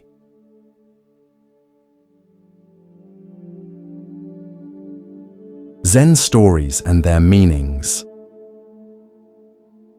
Zen teachings are often transmitted through stories rather than abstract philosophical statements. These stories typically feature interactions between masters and students, highlighting moments of awakening or illustrating key aspects of Zen wisdom. Let's explore a few classic Zen stories and their meanings.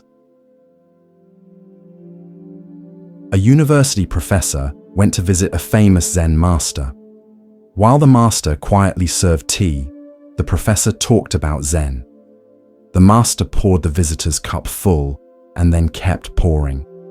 The professor watched the overflow until he could no longer restrain himself.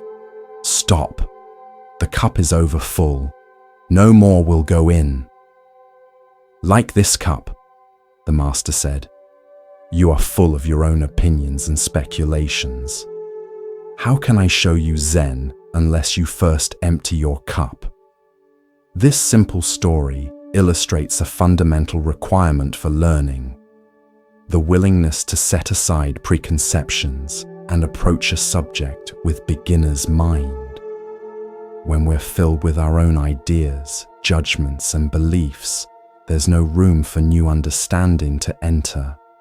The tea represents Zen wisdom, but it could equally represent any form of learning or growth. The story reminds us that true learning begins with humility and openness.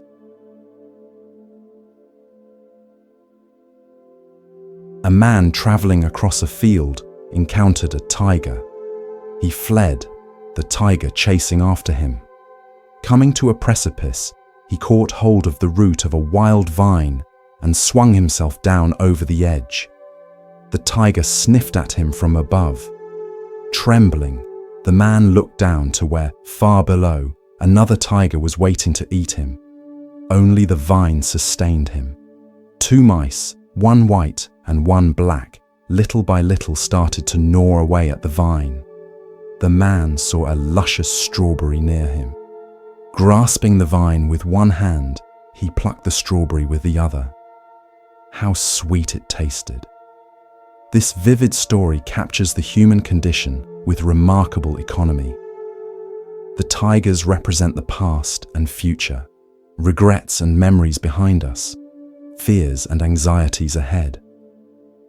The mice nibbling the vine represent the passing of time, gradually bringing us closer to death. Yet in the midst of this precarious situation, there's a strawberry, the present moment in all its potential richness. The story doesn't deny the reality of danger or the inevitability of death.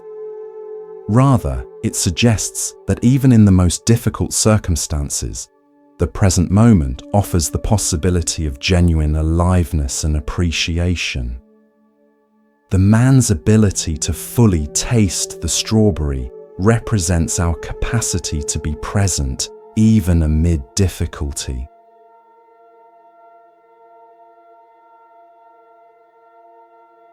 Two monks were arguing about a flag flapping in the wind. One said, "The flag is moving." The other said, "The wind is moving." The sixth patriarch, Wei happened to be passing by. He told them, "Not the wind, not the flag, mind is moving." This story moves through three levels of understanding. The first monk sees the flag moving, the most obvious, surface perception. The second monk has a subtler view, recognizing that it's actually the wind moving the flag. But Huineng points to something even more fundamental, that both flag and wind are experienced within consciousness.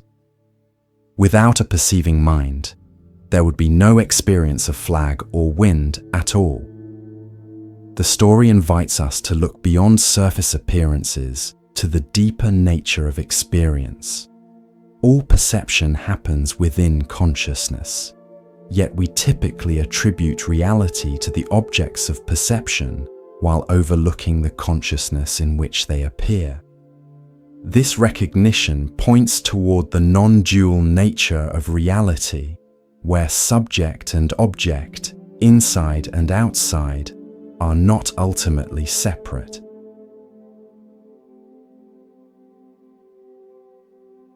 Zhuigan called out to himself every day, "Master," and then answered, "Yes, sir." Then he would say, "Be awake, be alert," and respond, "Yes, sir." Don't be deceived by others any day, any time. No, I won't. This humorous story highlights the practice of self-awareness. Zuigan's dialogue with himself represents the practice of mindfulness, the capacity to observe our own thoughts, emotions, and actions rather than being completely identified with them. By calling himself master and then responding, Zuigan embodies both the aspect of awareness that can observe, the witness, and that which is observed, the contents of consciousness. His self-admonishment to stay awake and not be deceived shows the ongoing nature of practice. It's not a one-time realization, but a continuous process of remembering our true nature.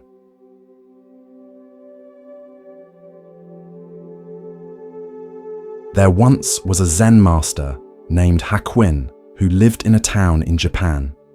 He was greatly honored for his pure life, and many people came to him for teachings.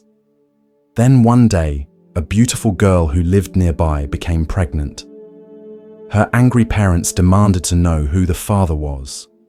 At first, she refused to confess, but after much harassment, she named Hakuin. In great anger, the parents confronted the Zen master, berating him in front of his students and neighbors. "Is that so?" was all he would say. After the child was born, it was brought to Hakuin. By this time, he had lost his reputation, but he took good care of the child. He obtained milk and everything else the little one needed. A year later, the girl mother could stand it no longer. She told her parents the truth, that the real father was a young man who worked in the fish market. The mother and father of the girl at once went to Hakuin to ask his forgiveness, to apologize at length, and to get the child back. Hakuin was willing. As he yielded the child, all he said was, "Is that so?" This powerful story illustrates several key Zen principles. Hakuin's response, "Is that so?" shows a mind free from reactivity, neither defending his reputation nor expressing anger at the false accusation. His willingness to care for the child demonstrates compassion in action, putting the child's needs above concern for his own reputation. The story challenges our normal fixation on being perceived accurately by others and our tendency to defend ourselves against criticism.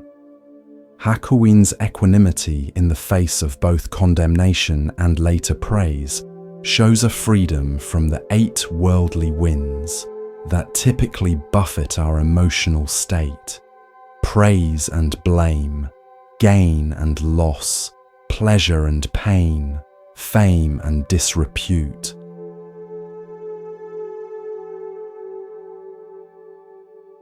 The cosmic body of the Buddha. Zen is often portrayed as a stripped-down, minimalist form of Buddhism, focused on direct experience rather than elaborate cosmology or metaphysics. While this emphasis on immediacy is certainly characteristic of Zen, it doesn't mean that Zen lacks profound philosophical dimensions.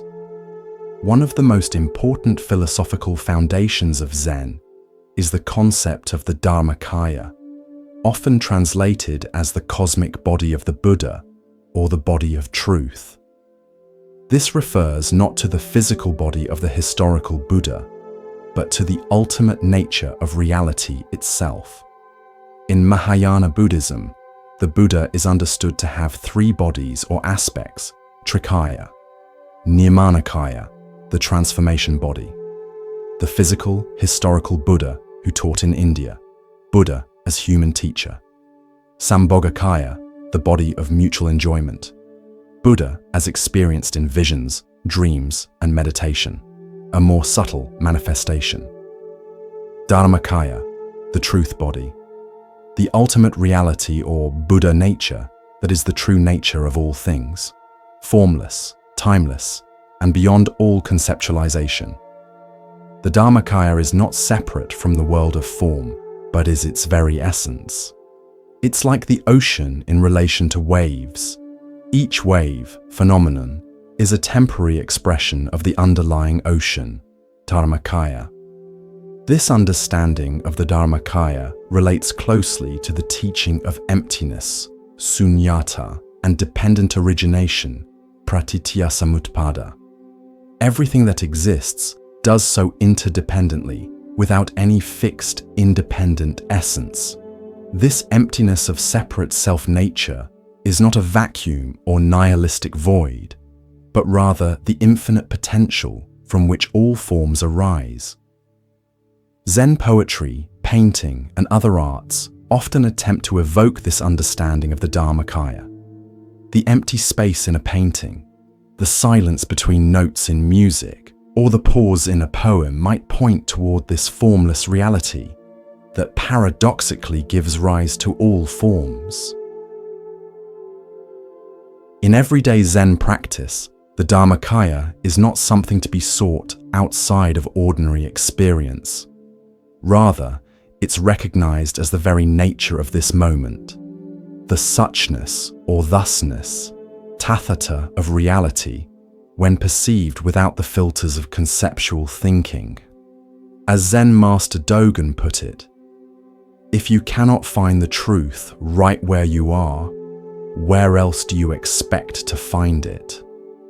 This teaching points to the Dharmakaya as not distant or separate, but as the very fabric of our immediate experience when seen with clarity.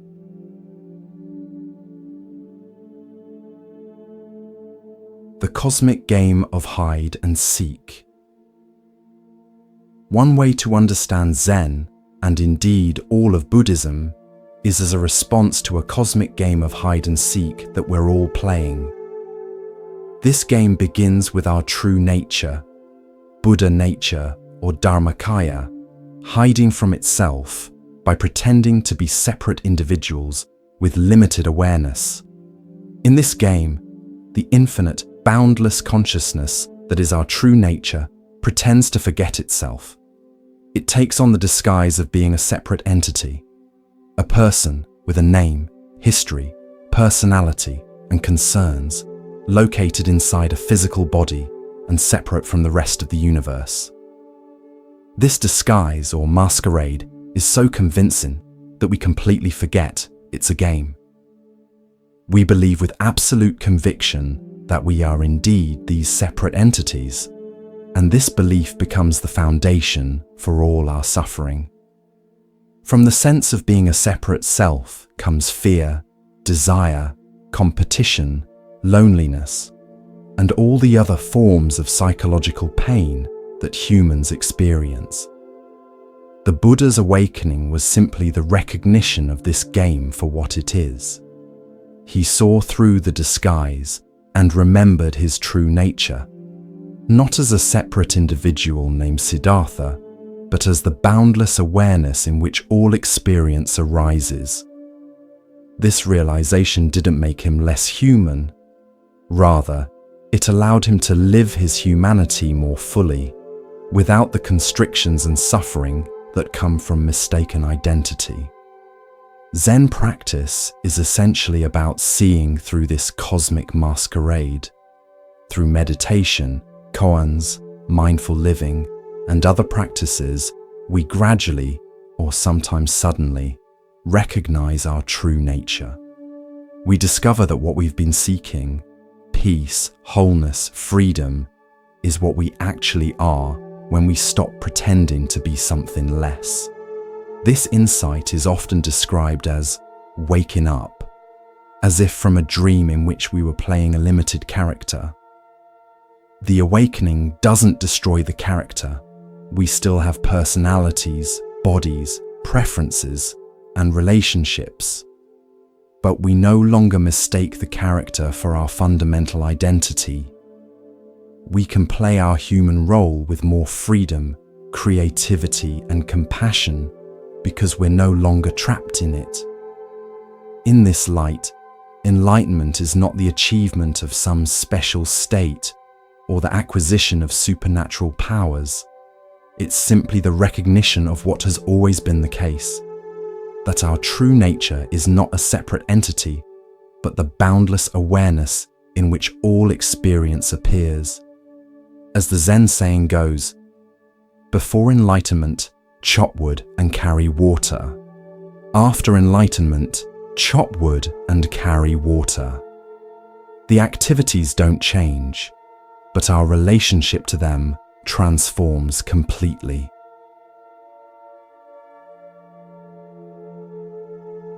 Zen and scientific understanding.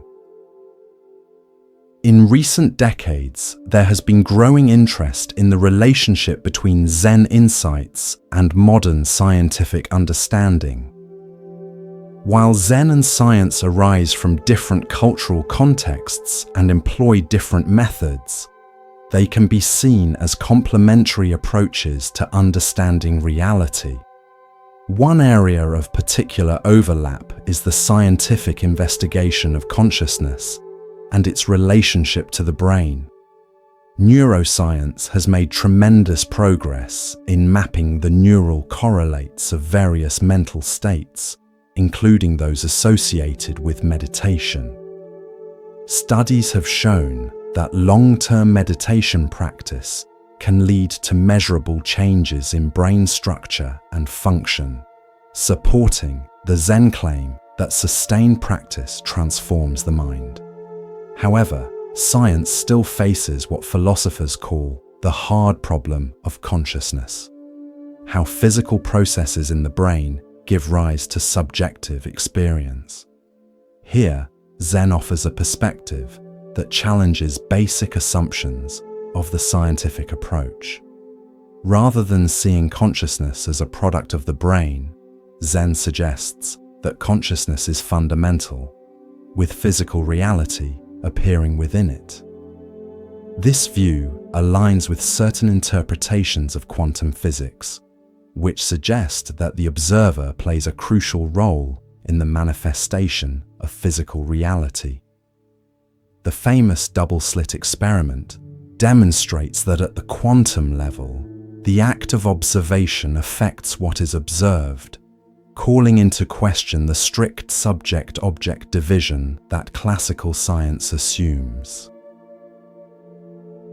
Zen's emphasis on direct experience also offers a valuable complement to the third-person methodology of science. While science aims for objective, verifiable knowledge that anyone can confirm through proper methods, Zen points to the irreducible first-person nature of consciousness itself. No matter how thoroughly we map the neural correlates of experience, the experience itself, what it feels like from the inside, remains accessible only through direct awareness. Another area of resonance between Zen and science is the understanding of interdependence. Ecology, systems theory, and network science all emphasize the interconnected nature of phenomena, showing how elements of complex systems cannot be understood in isolation. This scientific perspective on interdependence echoes the Buddhist teaching of dependent origination, pratitya samutpada, that nothing exists independently but only in relation to other phenomena. Climate science, in particular, has made painfully clear how human activities affect the entire planetary system, underscoring our embeddedness in the web of life. This scientific understanding of ecological interdependence provides empirical support for the Zen intuition of non-separation from nature. The dialogue between Zen and science can benefit both traditions. For Zen, engagement with science can help to distinguish between genuine insights and cultural accretions or superstitions that may have become attached to the tradition over centuries. For science, Zen offers a rigorous first-person methodology for investigating consciousness and a perspective that questions hidden assumptions about the nature of observation and reality. Rather than seeing Zen and science as competing accounts of reality, we might view them as different facets of human inquiry. each illuminating aspects of existence that the other might miss.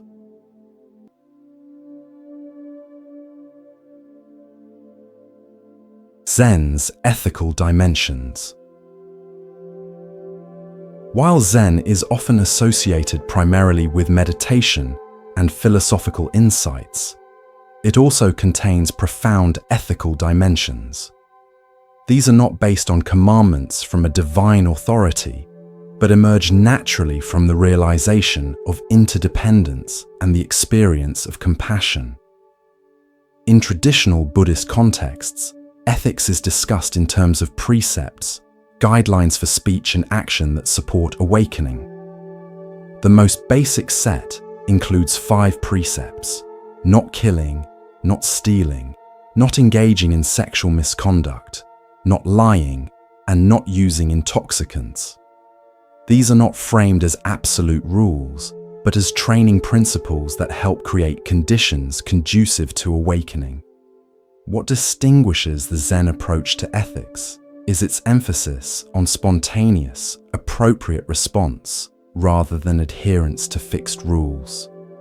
Once the delusion of separate selfhood begins to dissolve through practice, compassionate action naturally emerges. As one Zen saying puts it, the compassionate heart arises from the realization of emptiness. This doesn't mean that Zen practitioners are exempt from ethical guidelines or can do whatever they feel like in the name of spontaneity. Rather, it suggests that true ethical action comes from deep insight rather than mere conformity to external standards. The precepts are seen not as restrictions imposed from outside, but as expressions of our awakened nature. In his essay, The Zen of Social Action, Robert Aitken Roshi, an influential American Zen teacher, wrote, "The Buddha way is not about developing a social consciousness. It is about revealing the social consciousness that has been there from the very beginning." This perspective challenges both conventional religious morality, which often emphasizes obedience to divine commandments, and secular relativism, which may reduce ethics to personal preference or social convention. Zen suggests that there are objective ethical truths, but they're discovered through direct realization of our interconnected nature rather than through abstract reasoning or appeal to authority. This has practical implications for how we approach ethical questions. Rather than asking, "What rule should I follow in this situation?" a Zen approach might ask, "What action would express clear seeing and compassion in this moment?" This doesn't make ethical decisions simpler. In fact, it often reveals their complexity. But it grounds ethics in direct experience rather than abstract principles. One manifestation of Zen ethics is the Bodhisattva vow, the commitment to work for the liberation of all beings. This vow expresses the recognition that my well-being and yours are not separate, that the suffering of others is not fundamentally different from my own. It's not a matter of sacrificing oneself for others, but of recognizing that the division between self and other is not absolute. In contemporary contexts, Zen ethics has been applied to issues like environmental protection, social justice, peace activism, and economic ethics. Organizations like the Buddhist Peace Fellowship and movements like Engaged Buddhism explicitly connect meditation practice with social action, seeing them not as separate activities, but as different expressions of the same awakened awareness. The Zen approach to ethics doesn't provide simple answers to complex moral questions, but it does offer a perspective that can complement other ethical frameworks. By grounding ethics in direct realization of interconnection rather than abstract principles or divine commands, Zen helps us respond to ethical challenges with both wisdom and compassion.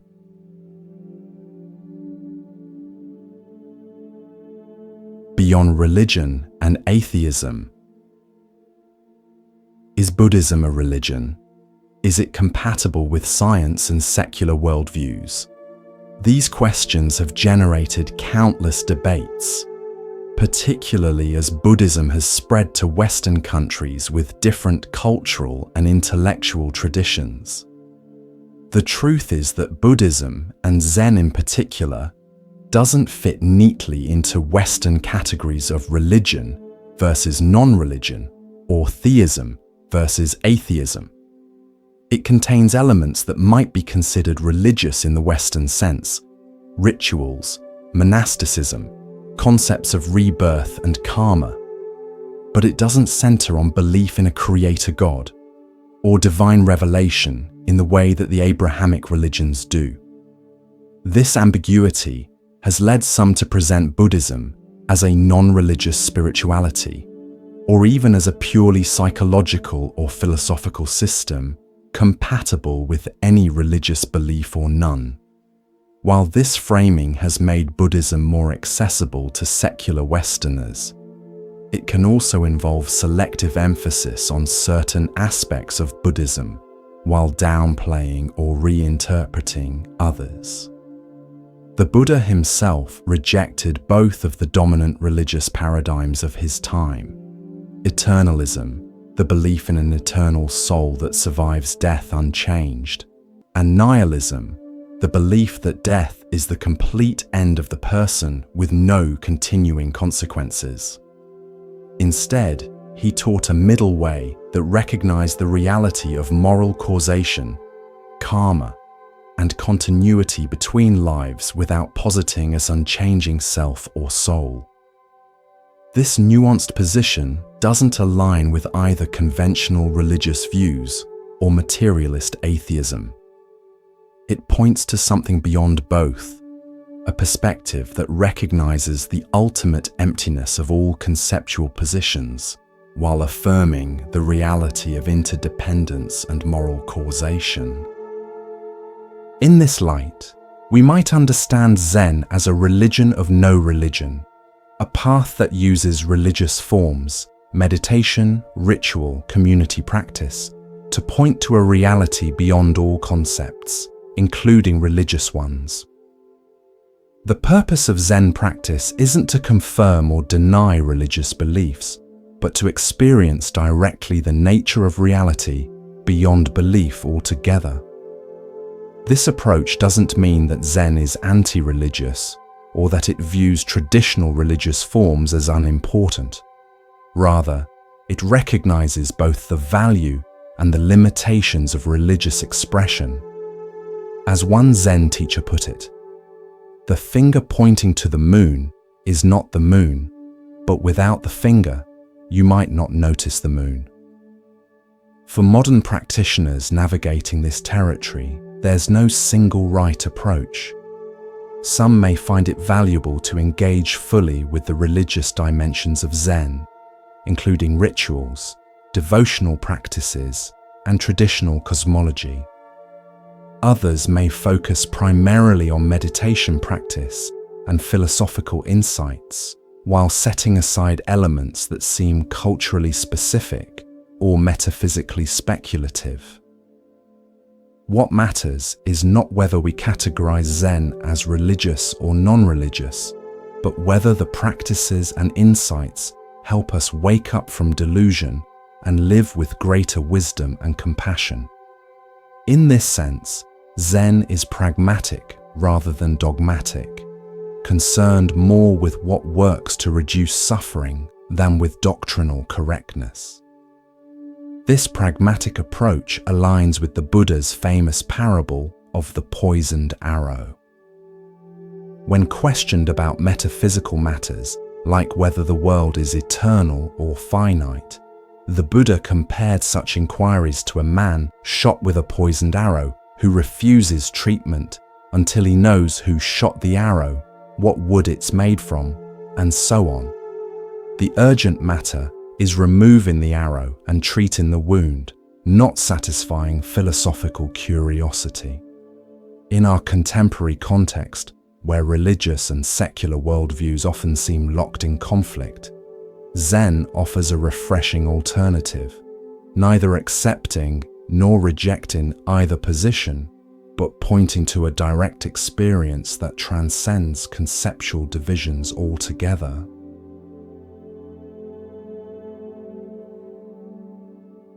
Zen and death. Death remains one of humanity's greatest mysteries and most persistent fears. Nearly all religious and philosophical traditions attempt to address this ultimate human concern, and Zen is no exception. However, the Zen approach to death differs significantly from many other perspectives. Rather than offering comforting beliefs about an afterlife or eternal soul, Zen encourages direct confrontation with the reality of impermanence. Through meditation and mindful awareness, practitioners are invited to observe the constant arising and passing away of all phenomena, thoughts, emotions, sensations, and eventually the body itself. In Zen monasteries, monks traditionally sleep with their heads on small boxes that serve as pillows. These boxes might contain a reminder of death, perhaps a verse about impermanence, or even, in some traditions, an image of the monk as a corpse. This practice isn't morbid, but rather a way of keeping awareness of mortality present, preventing the complacency that comes from ignoring death's reality. Zen masters often emphasize that confronting death directly leads not to despair, but to a more authentic and appreciative relationship with life. When we truly realize that this precious human existence will end, and that we don't know when, each moment becomes more valuable. As one Zen saying puts it, "Die before you die and be completely dead.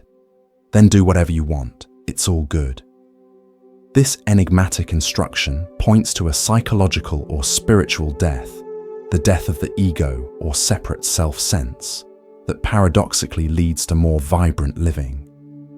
By dying before you die, you release attachment to the persona or self-image, experiencing the freedom that comes when you no longer need to maintain and defend a particular identity. The Zen tradition contains many stories of masters who faced physical death with remarkable equanimity. For example, the Japanese Zen master Shunryu Suzuki was diagnosed with terminal cancer. When a student asked him about facing death, he replied, "I am not dying. I am not living. I am just here." This response reflects the Zen perspective that our true nature transcends the conventional categories of life and death. This doesn't mean that Zen practitioners feel no sadness about dying or losing loved ones. Rather, it suggests that beneath the natural grief, there can be a deeper acceptance based on insight into the nature of existence. As the poet Ryokan wrote after the death of his beloved nephew, "The world of dew is a world of dew, and yet. These simple lines capture both the recognition of impermanence, the world of dew that vanishes with the morning sun, and the human heart's natural response to loss, the trailing and yet. For those caring for the dying, Zen offers valuable guidance. Rather than turning away from the reality of death or trying to maintain false cheerfulness, Zen encourages simple presence, being fully with the dying person without denial or evasion. This quality of presence can be more comforting than any words of reassurance and allows for authentic connection in life's final chapter. In practical terms, Zen suggests preparing for death, not by accumulating beliefs about what happens afterward, but by letting go of possessions, roles, unfinished business, and ultimately of the notion of being a separate self.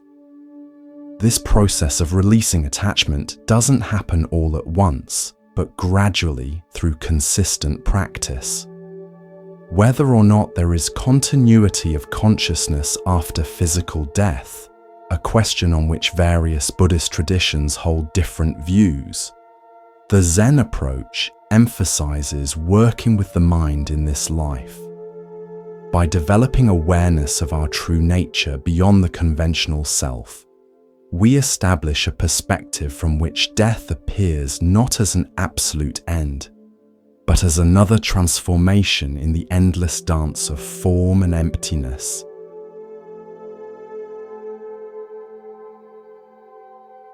Emptiness, the heart of Zen. At the heart of Zen wisdom lies the concept of emptiness. This is perhaps the most misunderstood yet profound teaching in all of Buddhism. Far from meaning nothingness or void in the nihilistic sense, emptiness refers to the lack of inherent, independent existence in all phenomena. Everything we experience, objects, people, thoughts, emotions, even our sense of self, arises dependently, in relation to countless other factors. Nothing exists in isolation or has a fixed, unchanging essence. This absence of independent, inherent existence is what emptiness points to. A classic analogy for understanding emptiness is a chariot. If we take apart a chariot, removing the wheels, axle, frame, and so on, at what point does it cease to be a chariot? There's no chariot essence that exists independently of its components, yet the chariot functions perfectly well as a conventional reality. Similarly, our sense of having a permanent, separate self doesn't hold up under close examination, yet we function effectively in the conventional world. The realization of emptiness doesn't negate conventional reality, but places it in a larger context. It's like recognizing that while the lines of longitude and latitude on a map are useful conventions, they don't actually exist on the physical Earth. This recognition doesn't make the map useless. It simply prevents us from mistaking the map for the territory. In Zen practice, emptiness isn't just a philosophical concept, but a direct experience. Through sustained meditation and inquiry, practitioners might experience moments where the usual boundaries between self and world, subject and object, inside and outside temporarily dissolve. These experiences of non-duality offer a glimpse of reality beyond our usual conceptual frameworks. The Zen approach to emptiness is not to analyze it intellectually, but to perceive it directly. As the Heart Sutra, one of the most important texts in Zen, puts it, "Form is emptiness, emptiness is form." This paradoxical statement points to the inseparability of the conventional world of form and the ultimate truth of emptiness. They are not two separate realities, but two perspectives on the same reality. Understanding emptiness has profound practical implications. When we recognize that our identity isn't fixed or separate, we hold our self-image more lightly. We become less defensive, less driven to prove ourselves, more open to change and growth. We see that our boundaries are more permeable than we thought, allowing for greater intimacy with others and the world. Emotionally, the insight into emptiness can be profoundly liberating. Many of our psychological struggles stem from treating impermanent, dependently arisen phenomena as if they were solid, permanent, and independently existing. When we see through this misperception, we release much unnecessary suffering. For example, if I receive criticism and take it as defining who I really am, I am a failure. I create significant suffering for myself.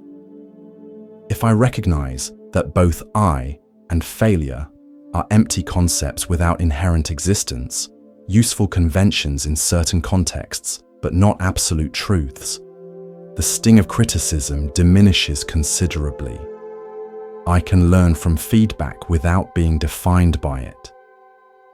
This doesn't mean living in a state of detachment or indifference. Paradoxically, when we understand emptiness, we can engage more fully with life, because we're not constantly trying to protect a fragile sense of self. We can be more spontaneous, more responsive, more present to what each moment brings. The eminent Zen teacher Thich Nhat Hanh coined the term interbeing to express emptiness in positive terms, emphasizing interconnection rather than absence. A flower is empty of independent existence precisely because it interis with sunshine, rain, soil, air, and countless other elements. Far from diminishing the flower, this interconnection is what allows it to exist at all. Similarly, our own existence is possible only because of innumerable factors, from our parents and ancestors, to the air we breathe, the food we eat, the communities that sustain us, and the entire web of life. Understanding emptiness in this way leads not to nihilism, but to profound gratitude and care for the whole of which we are a part.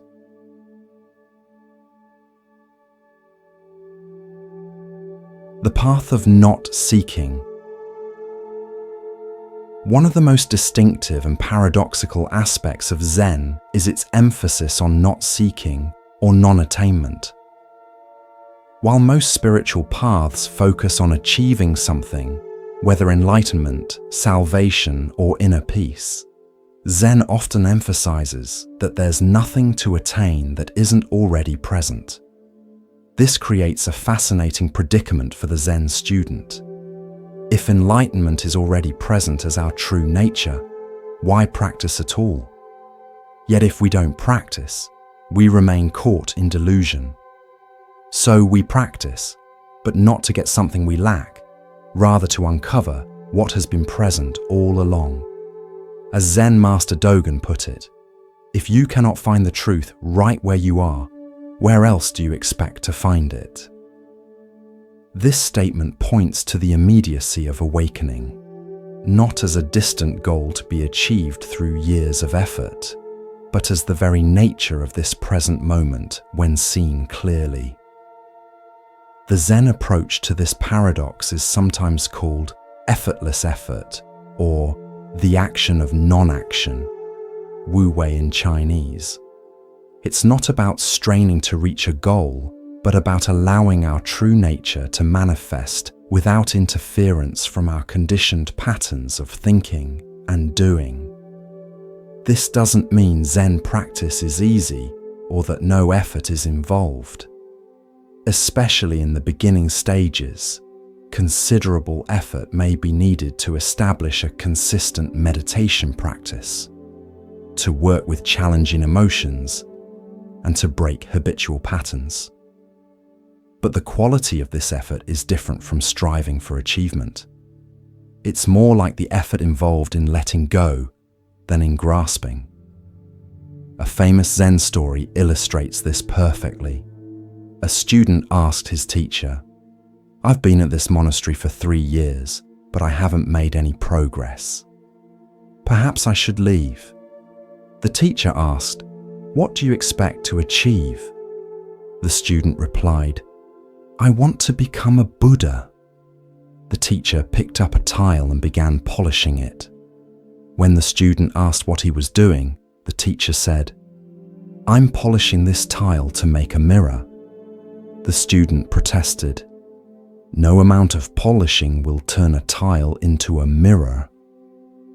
The teacher replied, "And no amount of practice will turn you into a Buddha, because you already are one." This story highlights the futility of practice, motivated by a sense of lack or inadequacy. such practice only reinforces the illusion of separation that it supposedly aims to overcome. True practice emerges from a different place, not from wanting to become something we're not, but from allowing what we already are to manifest more clearly. Paradoxically, when we drop the agenda of self-improvement or spiritual achievement, genuine transformation becomes possible. As we release the anxious striving of the ego, our innate qualities of wisdom and compassion emerge more naturally. We discover that what we've been seeking has been present all along, like a fish searching for water or a bird looking for air. In practical terms, the path of not seeking involves a fundamental shift in motivation and attention. Rather than practicing to get somewhere or become someone, we practice to be fully present with what is. This shift doesn't happen all at once, but gradually, as we recognize the futility of the seeking mind and taste the freedom of simply being. This perspective doesn't mean abandoning aspirations or efforts toward positive change. Rather, it suggests approaching such efforts from a place of fundamental completeness rather than lack. We act not to fill a hole in ourselves, but as an expression of our already present wholeness. The path of not seeking also involves a radical acceptance of our present experience, whatever it may be. Instead of constantly evaluating our practice in terms of progress or attainment, we meet each moment freshly, without imposing expectations or judgments. This acceptance isn't passive resignation, but a clear-eyed recognition of reality as it is, the necessary starting point for any authentic response. Perhaps most challenging of all, the path of not seeking requires us to let go of the very identity of being a spiritual seeker or practitioner. As long as we think of ourselves as Zen students working toward enlightenment, we subtly reinforce the separate self-sense that practice aims to see through. True practice happens when even the identity of practitioner drops away, leaving just this moment in all its suchness. As one Zen saying puts it, before enlightenment, chop wood and carry water. After enlightenment, chop wood and carry water. The activities don't change, but our relationship to them transforms completely when we stop seeking something beyond this moment and discover the completeness that was never absent.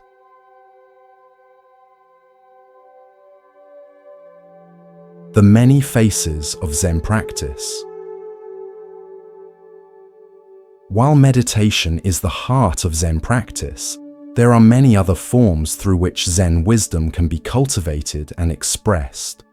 These diverse practices accommodate different temperaments and life circumstances, while pointing to the same fundamental realization. Despite Zen's reputation for minimalism, traditional Zen monasteries incorporate extensive chanting and ritual into daily practice. These elements aren't viewed as ways to petition external forces, but as embodied expressions of awakened mind. Chanting sutras, Buddhist scriptures, or dharanis, sacred phrases, engages the body and breath in a way that can quiet discursive thinking and cultivate single-pointed attention. The rhythmic quality of group chanting creates a sense of harmony and shared purpose that supports individual practice. Rituals like offering incense, bowing, walking meditation, and ceremonial meals bring mindfulness into physical movement. They create a container of form within which we can observe our reactions, resistance, preference, boredom, enthusiasm, and practice meeting each moment with equanimity. For lay practitioners outside monastery walls, even simple rituals like lighting a candle before meditation or performing a small bow before sitting can help create a transition from everyday concerns to contemplative awareness.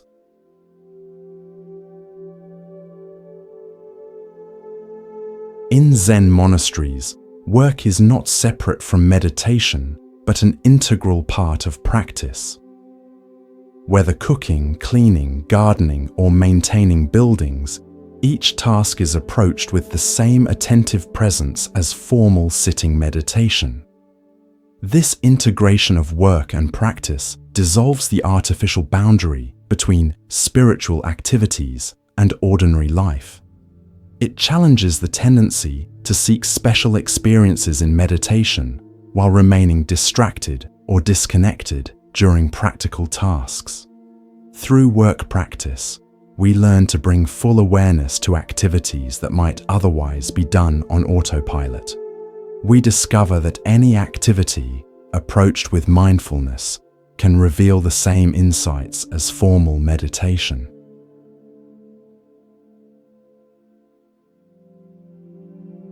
Zen has profoundly influenced many traditional Japanese arts, including calligraphy, painting, poetry, flower arrangement, ikebana, garden design, and the tea ceremony.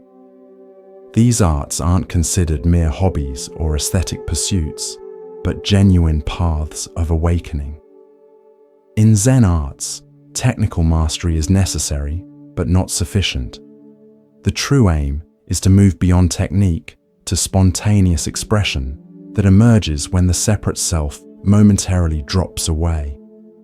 This is captured in the concept of controlled accident, creating conditions where something unexpected and authentic can emerge. For example, in Zen calligraphy, the practitioner might spend years mastering brush techniques.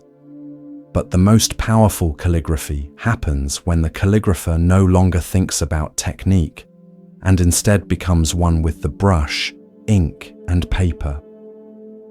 What emerges reflects not personal expression, but the direct, unmediated movement of life itself. Similarly, the tea ceremony integrates precise forms with natural spontaneity. Every movement and arrangement is carefully considered. Yet the ultimate aim is to create an atmosphere where both host and guest can experience the simple wonder of sharing tea together, beyond all separation. While Zen is often associated with sitting still in meditation, various forms of mindful movement can also be powerful vehicles for practice. Traditions like Tai Chi, Qigong, and certain forms of yoga share with Zen an emphasis on present moment awareness, breath coordination, and the unity of body and mind. Even conventional exercise like running, swimming, or hiking can become Zen practice when approached with mindful attention rather than goal-oriented striving. The key is bringing awareness to physical sensations, breath, and the immediate environment, while letting go of mental commentary and judgments. For some practitioners, body-centered practices provide a more accessible entry point than seated meditation. This is particularly true for those who experience strong restlessness or anxiety when sitting still, or for whom embodied awareness comes more naturally than abstract contemplation. While Zen emphasizes direct experience over intellectual understanding, the study of Buddhist texts and dialogue with teachers and fellow practitioners play an important role in the tradition. Study provides conceptual maps that can orient practice and help avoid common pitfalls and misunderstandings. In traditional Zen training, students study sutras, Buddha's discourses, shastras, commentaries, and recordings of encounters between Zen masters and their students. This study isn't aimed at accumulating knowledge, but at recognizing pointers to direct experience and clarifying the path of practice.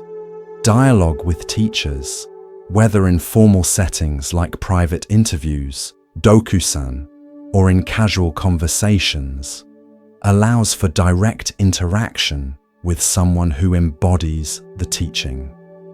The teacher doesn't simply impart information, but creates conditions where the student can experience insight. Group discussion, Dharma discussion, provides opportunities to articulate one's understanding, learn from others' perspectives, and recognize common patterns in practice. By hearing how others work with similar challenges, we gain fresh insights into our own experience. Increasingly, Zen practitioners are exploring forms of engaged practice that explicitly connect meditation with social action. This approach recognizes that inner transformation and social transformation are interdependent. Neither is complete without the other. Engaged practice might involve applying Zen principles to activism for environmental protection, social justice, peace, or other causes. It emphasizes bringing the qualities cultivated in meditation, presence, compassion, non-reactivity, and clear seeing, into challenging collective issues. Rather than seeing social engagement as a distraction from real practice, this approach recognizes that how we respond to suffering in the world is a crucial test and expression of our understanding. If meditation doesn't lead to greater compassion and skillful action, something is missing in our practice. The diverse forms of Zen practice reflect the tradition's adaptability and pragmatism. What matters isn't the specific form, but the quality of awareness brought to it. Any activity approached with full presence and openness can become a vehicle for awakening. Common misconceptions about Zen. As Zen has traveled from east to west and entered popular culture, various misconceptions have arisen about its nature and practice. Clarifying these can help newcomers approach Zen with more accurate expectations. Misconception 1. Zen is about emptying the mind. Perhaps the most common misconception is that the goal of Zen meditation is to empty the mind of all thoughts. This leads many beginners to feel frustrated when they can't stop thinking, assuming they're bad at meditation. In reality, Zen practice isn't about suppressing or eliminating thoughts, but about changing our relationship to thinking. We learn to see thoughts as mental events arising and passing in awareness, rather than as absolute truths or commands we must follow. The aim isn't a blank mind, but a spacious awareness that isn't controlled by thought patterns. As Zen teacher Shunryu Suzuki put it, leave your front door and your back door open. Allow your thoughts to come and go. Just don't serve them tea. Misconception 2. Zen is passive or detached. Another common misunderstanding is that Zen cultivates a state of passive detachment or indifference. Critics sometimes characterize Zen as promoting withdrawal from life's challenges and responsibilities. On the contrary, true Zen practice leads to greater engagement with life, not less. By releasing the anxious self-concern that normally constrains us, we become more fully available to whatever the moment requires. Zen masters are typically described as remarkably present, responsive, and alive, the opposite of detached or passive. What Zen does cultivate is non-attachment, which is quite different from detachment. Non-attachment means engaging fully with life without clinging to outcomes or experiences. It's like playing a game wholeheartedly while remembering that it's just a game.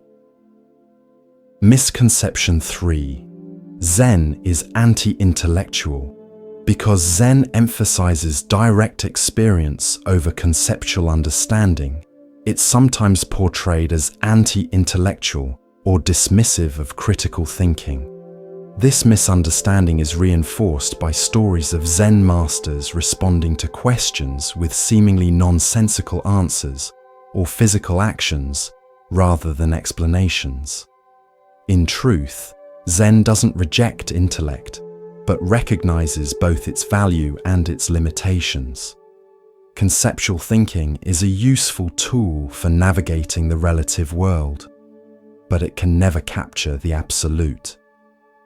Zen masters might use unconventional methods to point beyond concepts, but this doesn't mean intellectual capacity is irrelevant. Many great Zen teachers were highly educated and intellectually sophisticated. They use their cognitive abilities skillfully while not being limited by conceptual frameworks. As Zen teacher Norman Fisher puts it, thinking is not the problem. The problem is thinking that thinking is all there is. Misconception 4. Zen is mystical or supernatural. Some portrayals of Zen emphasize mysterious experiences, special powers, or supernatural insights. This can create the impression that Zen practice leads to mystical states unavailable to ordinary people. While profound experiences may indeed occur in Zen practice, they're not the point. Zen is fundamentally about waking up to the reality of this moment, not escaping into altered states. It's about seeing the extraordinary in the ordinary rather than seeking something beyond ordinary experience. As the Zen saying goes, the ultimate miracle is not walking on water or through fire. The ultimate miracle is walking on the earth. The most profound realization in Zen is not some exotic experience, but the direct recognition of the wonder of ordinary reality when seen clearly. Misconception 5. Zen is a quick fix. In our instant gratification culture, meditation is sometimes marketed as a quick solution to stress, anxiety, or unhappiness. This creates unrealistic expectations about what Zen practice can offer, especially in the short term. While meditation can indeed provide immediate benefits, like relaxation or temporary calm, the deeper transformations that Zen points to typically unfold gradually through consistent practice over time. There may be moments of sudden insight, but integrating these insights into daily life is usually a longer process. Zen is better understood as a lifelong path of exploration than as a technique for quick results. The question isn't, what will I get from this? But rather, am I willing to show up consistently and engage with whatever arises? Misconception 6. Zen is worship of the Buddha. Some people mistakenly assume that Zen Buddhists worship the Buddha as a god or divine figure. They may be confused by the presence of Buddha statues in Zen centers or the ritualistic elements of Zen practice. In Zen, the Buddha is not viewed as a deity to be worshipped, but as a human being who discovered and exemplified the potential for awakening that exists in all of us. Bowing to Buddha images isn't worship in the Western religious sense, but an expression of gratitude and a recognition of our own Buddha nature. As one Zen saying provocatively puts it, if you meet the Buddha on the road, kill him. This doesn't advocate violence, but warns against turning the Buddha into an object of attachment or worship. The true Buddha isn't the historical figure or any image, but the awakened nature of reality itself. By clarifying these misconceptions, we can approach Zen with more accurate expectations and a clearer understanding of what the practice actually offers. Rather than an escape from life, Zen provides a way to enter more fully into life as it is. Practical guidance for beginners. If you're inspired to explore Zen practice for yourself, here are some practical suggestions for getting started. Start small. Rather than trying to establish an ambitious meditation schedule right away, begin with short, regular periods of practice. Even 5 or 10 minutes of sitting each day is valuable. Consistency matters more than duration, especially in the beginning. Find a time that works with your schedule and make it as routine as brushing your teeth. Many people find that meditating first thing in the morning, before the day's activities begin, helps establish a consistent practice. Create a supportive environment. Designate a specific place for meditation if possible, a corner of a room where you can place a cushion or chair. This doesn't need to be elaborate. Even a simple cushion in a quiet spot can serve as your practice place.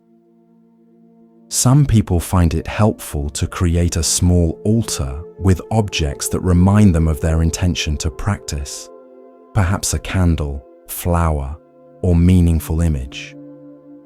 This isn't about worship, but about creating visual reminders of what matters to you. Minimize potential distractions during your meditation time. Turn off phones and notifications, and let others in your household know that you need some uninterrupted time. Learn basic posture. For seated meditation, you can use a cushion on the floor, zafu, a bench, or a chair. The key elements of posture are: keep your spine relatively straight but not rigid. Imagine your head being gently pulled upward, lengthening your spine. Allow your shoulders to relax and drop away from your ears. Place your hands in a comfortable position, either on your thighs or in your lap. If sitting on a cushion, cross your legs in a way that feels stable. If using a chair, place both feet flat on the floor. Keep your eyes slightly open with a soft gaze downward, about 3 to 4 feet in front of you. This helps prevent both drowsiness and distraction. Explore different postures to find what works for your body. There's no single correct way to sit. What matters is finding a position that allows for alertness and comfort. Start with breath awareness. A simple and effective way to begin meditation is to focus attention on the natural rhythm of your breathing. You're not trying to control or change your breath, just observing it with curious attention. You might notice the sensations of breathing at the nostrils, chest, or abdomen, wherever the breath is most easily felt. When your mind wanders, which it will repeatedly, gently bring attention back to the breath without judgment or frustration. This simple practice of returning attention to the breath over and over cultivates both concentration and kindness toward yourself. Consider finding a teacher or group. While it's possible to begin Zen practice on your own, connecting with an experienced teacher or practice community, Sangha, can provide valuable guidance and support. A teacher can offer personalized instruction, help clarify confusion, and point out blind spots in your practice. A group provides the encouragement of practicing with others who share similar aspirations. There's something powerful about sitting in silence together that isn't easily replicated in solitary practice. Look for Zen centers, Buddhist temples, or meditation groups in your area. Many now offer online options as well, making it possible to connect with teachers and communities regardless of location. Integrate mindfulness into daily activities beyond formal sitting meditation. Look for opportunities to bring mindful awareness into everyday activities. Choose one routine activity, like washing dishes, brushing teeth, or walking to the car, and practice doing it with full attention. Notice the sensations, movements, and even thoughts that arise during these activities. When you catch yourself on autopilot, gently return to present moment awareness. This integration of mindfulness into daily life helps bridge the gap between formal practice and the rest of your experience. Be patient and kind with yourself. Perhaps the most important advice for beginners is to approach practice with patience and self-compassion. Progress in meditation isn't linear, and you'll inevitably encounter periods of restlessness, boredom, or frustration. These challenging experiences aren't signs of failure but natural parts of the practice. Each time you notice your mind wandering and gently return to the present, you're strengthening the muscle of awareness, even if it doesn't feel like progress in the moment. Remember that Zen is not about achieving some special state or becoming a different person. It's about meeting your actual experience with awareness and kindness, whatever that experience may be. Keep it simple. As you continue in practice, you may encounter various techniques, teachings, and traditions. While exploration can be valuable, there's wisdom in keeping your practice simple, especially in the beginning. The essence of Zen practice is remarkably straightforward. Show up, pay attention, and meet what arises with awareness and compassion. Everything else is elaboration. As Zen master Shunryu Suzuki famously said, "In the beginner's mind there are many possibilities, but in the expert's there are few." Approach practice with this beginner's mind, open, curious, and free from fixed ideas about what meditation should be or what you should experience. As we draw our exploration of Zen Buddhism to a close, it's worth reflecting on the continuous, ever-unfolding nature of the path. Unlike pursuits with clear endpoints or achievements, Zen practice is never finished or completed. It's a lifelong journey of discovery and transformation. This open-ended quality can be challenging for minds conditioned to seek closure and accomplishment. We naturally want to know if we're making progress, if we're getting it right, if we're approaching some final goal. Zen gently but persistently undermines these very questions. As the 13th century Japanese Zen master Dogen wrote, "If you cannot find the truth right where you are, where else do you expect to find it?" This teaching points to the immediacy and accessibility of what we're seeking.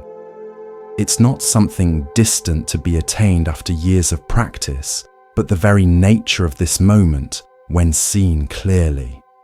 Yet for most of us, this clear seeing doesn't happen all at once. We get glimpses, moments of unusual clarity or presence, followed by the familiar fog of habitual thinking and reactivity. The practice is to notice both the clarity and the fog with the same accepting awareness, neither clinging to special experiences nor rejecting ordinary ones. Over time, something shifts. The boundaries between practice and the rest of life begin to dissolve. We find ourselves bringing the same quality of attention to washing dishes as to formal meditation. We notice how reactive patterns that once seemed inevitable now have a little space around them, room for choice rather than automatic response. These changes may be so subtle that others notice them before we do. A friend might comment that we seem more present in conversation, less reactive to criticism, or more at ease in challenging situations. Often it's in relationship that the fruits of practice become most apparent.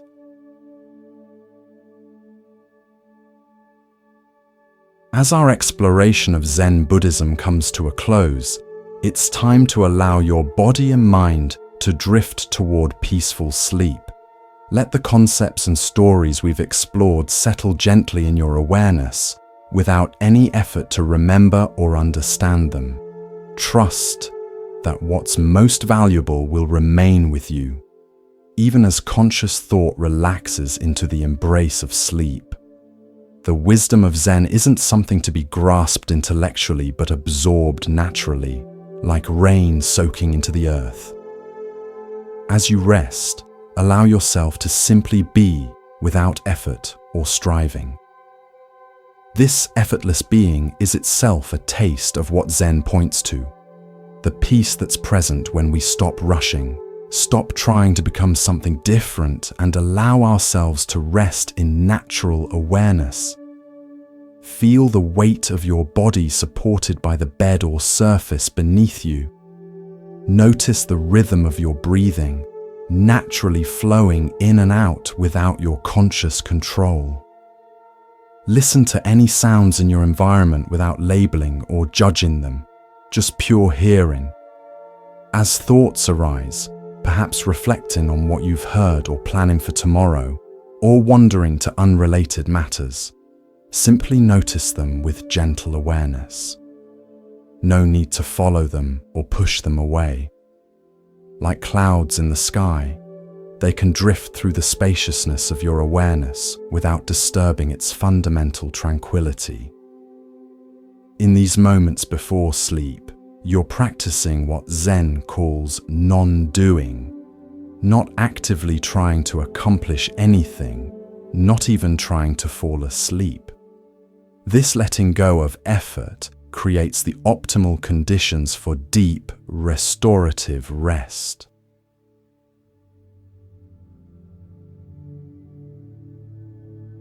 As you continue to relax, you might notice subtle sensations throughout your body, areas of tension gradually releasing, warmth or coolness, tingling or pulsing. These sensations aren't problems to be fixed, but simply part of your living experience in this moment. Meet them with the same gentle awareness you've been cultivating. Remember that sleep itself is a natural process requiring no effort on your part. Your body knows perfectly well how to sleep. You only need to create the conditions for this natural wisdom to express itself. By releasing conscious control and surrendering to the body's innate intelligence, you allow sleep to emerge organically. If you find that sleep doesn't come easily tonight, that's perfectly okay too. Even lying in restful awareness provides significant benefits for body and mind. Rather than struggling against wakefulness, you can rest in the peace of simply being, without adding the additional stress of worrying about sleep. In traditional Zen, there's a practice called sleeping Zen, where practitioners maintain a thread of awareness even as they drift into sleep. This isn't about controlling the sleep process, but about allowing awareness to gently accompany you into the dream world, creating a continuity of presence between waking and sleeping states. As we conclude, I invite you to let go completely of concepts, of effort, of any need to understand or remember anything from our exploration. Simply rest in the silent awareness that is reading these words, that is feeling your body, that is hearing sounds, that is always present beneath the surface of changing experience. May your sleep be deep and restorative, and may you wake refreshed, carrying the quiet insight of Zen into your new day, not as something separate from ordinary life, but as the very ground of being from which all experience arises. Good night, and thank you for joining me on this journey through the heart of Zen Buddhism, the religion of no religion, the path that is no path, leading to the destination that was never absent. Rest well in the peace that is your true nature.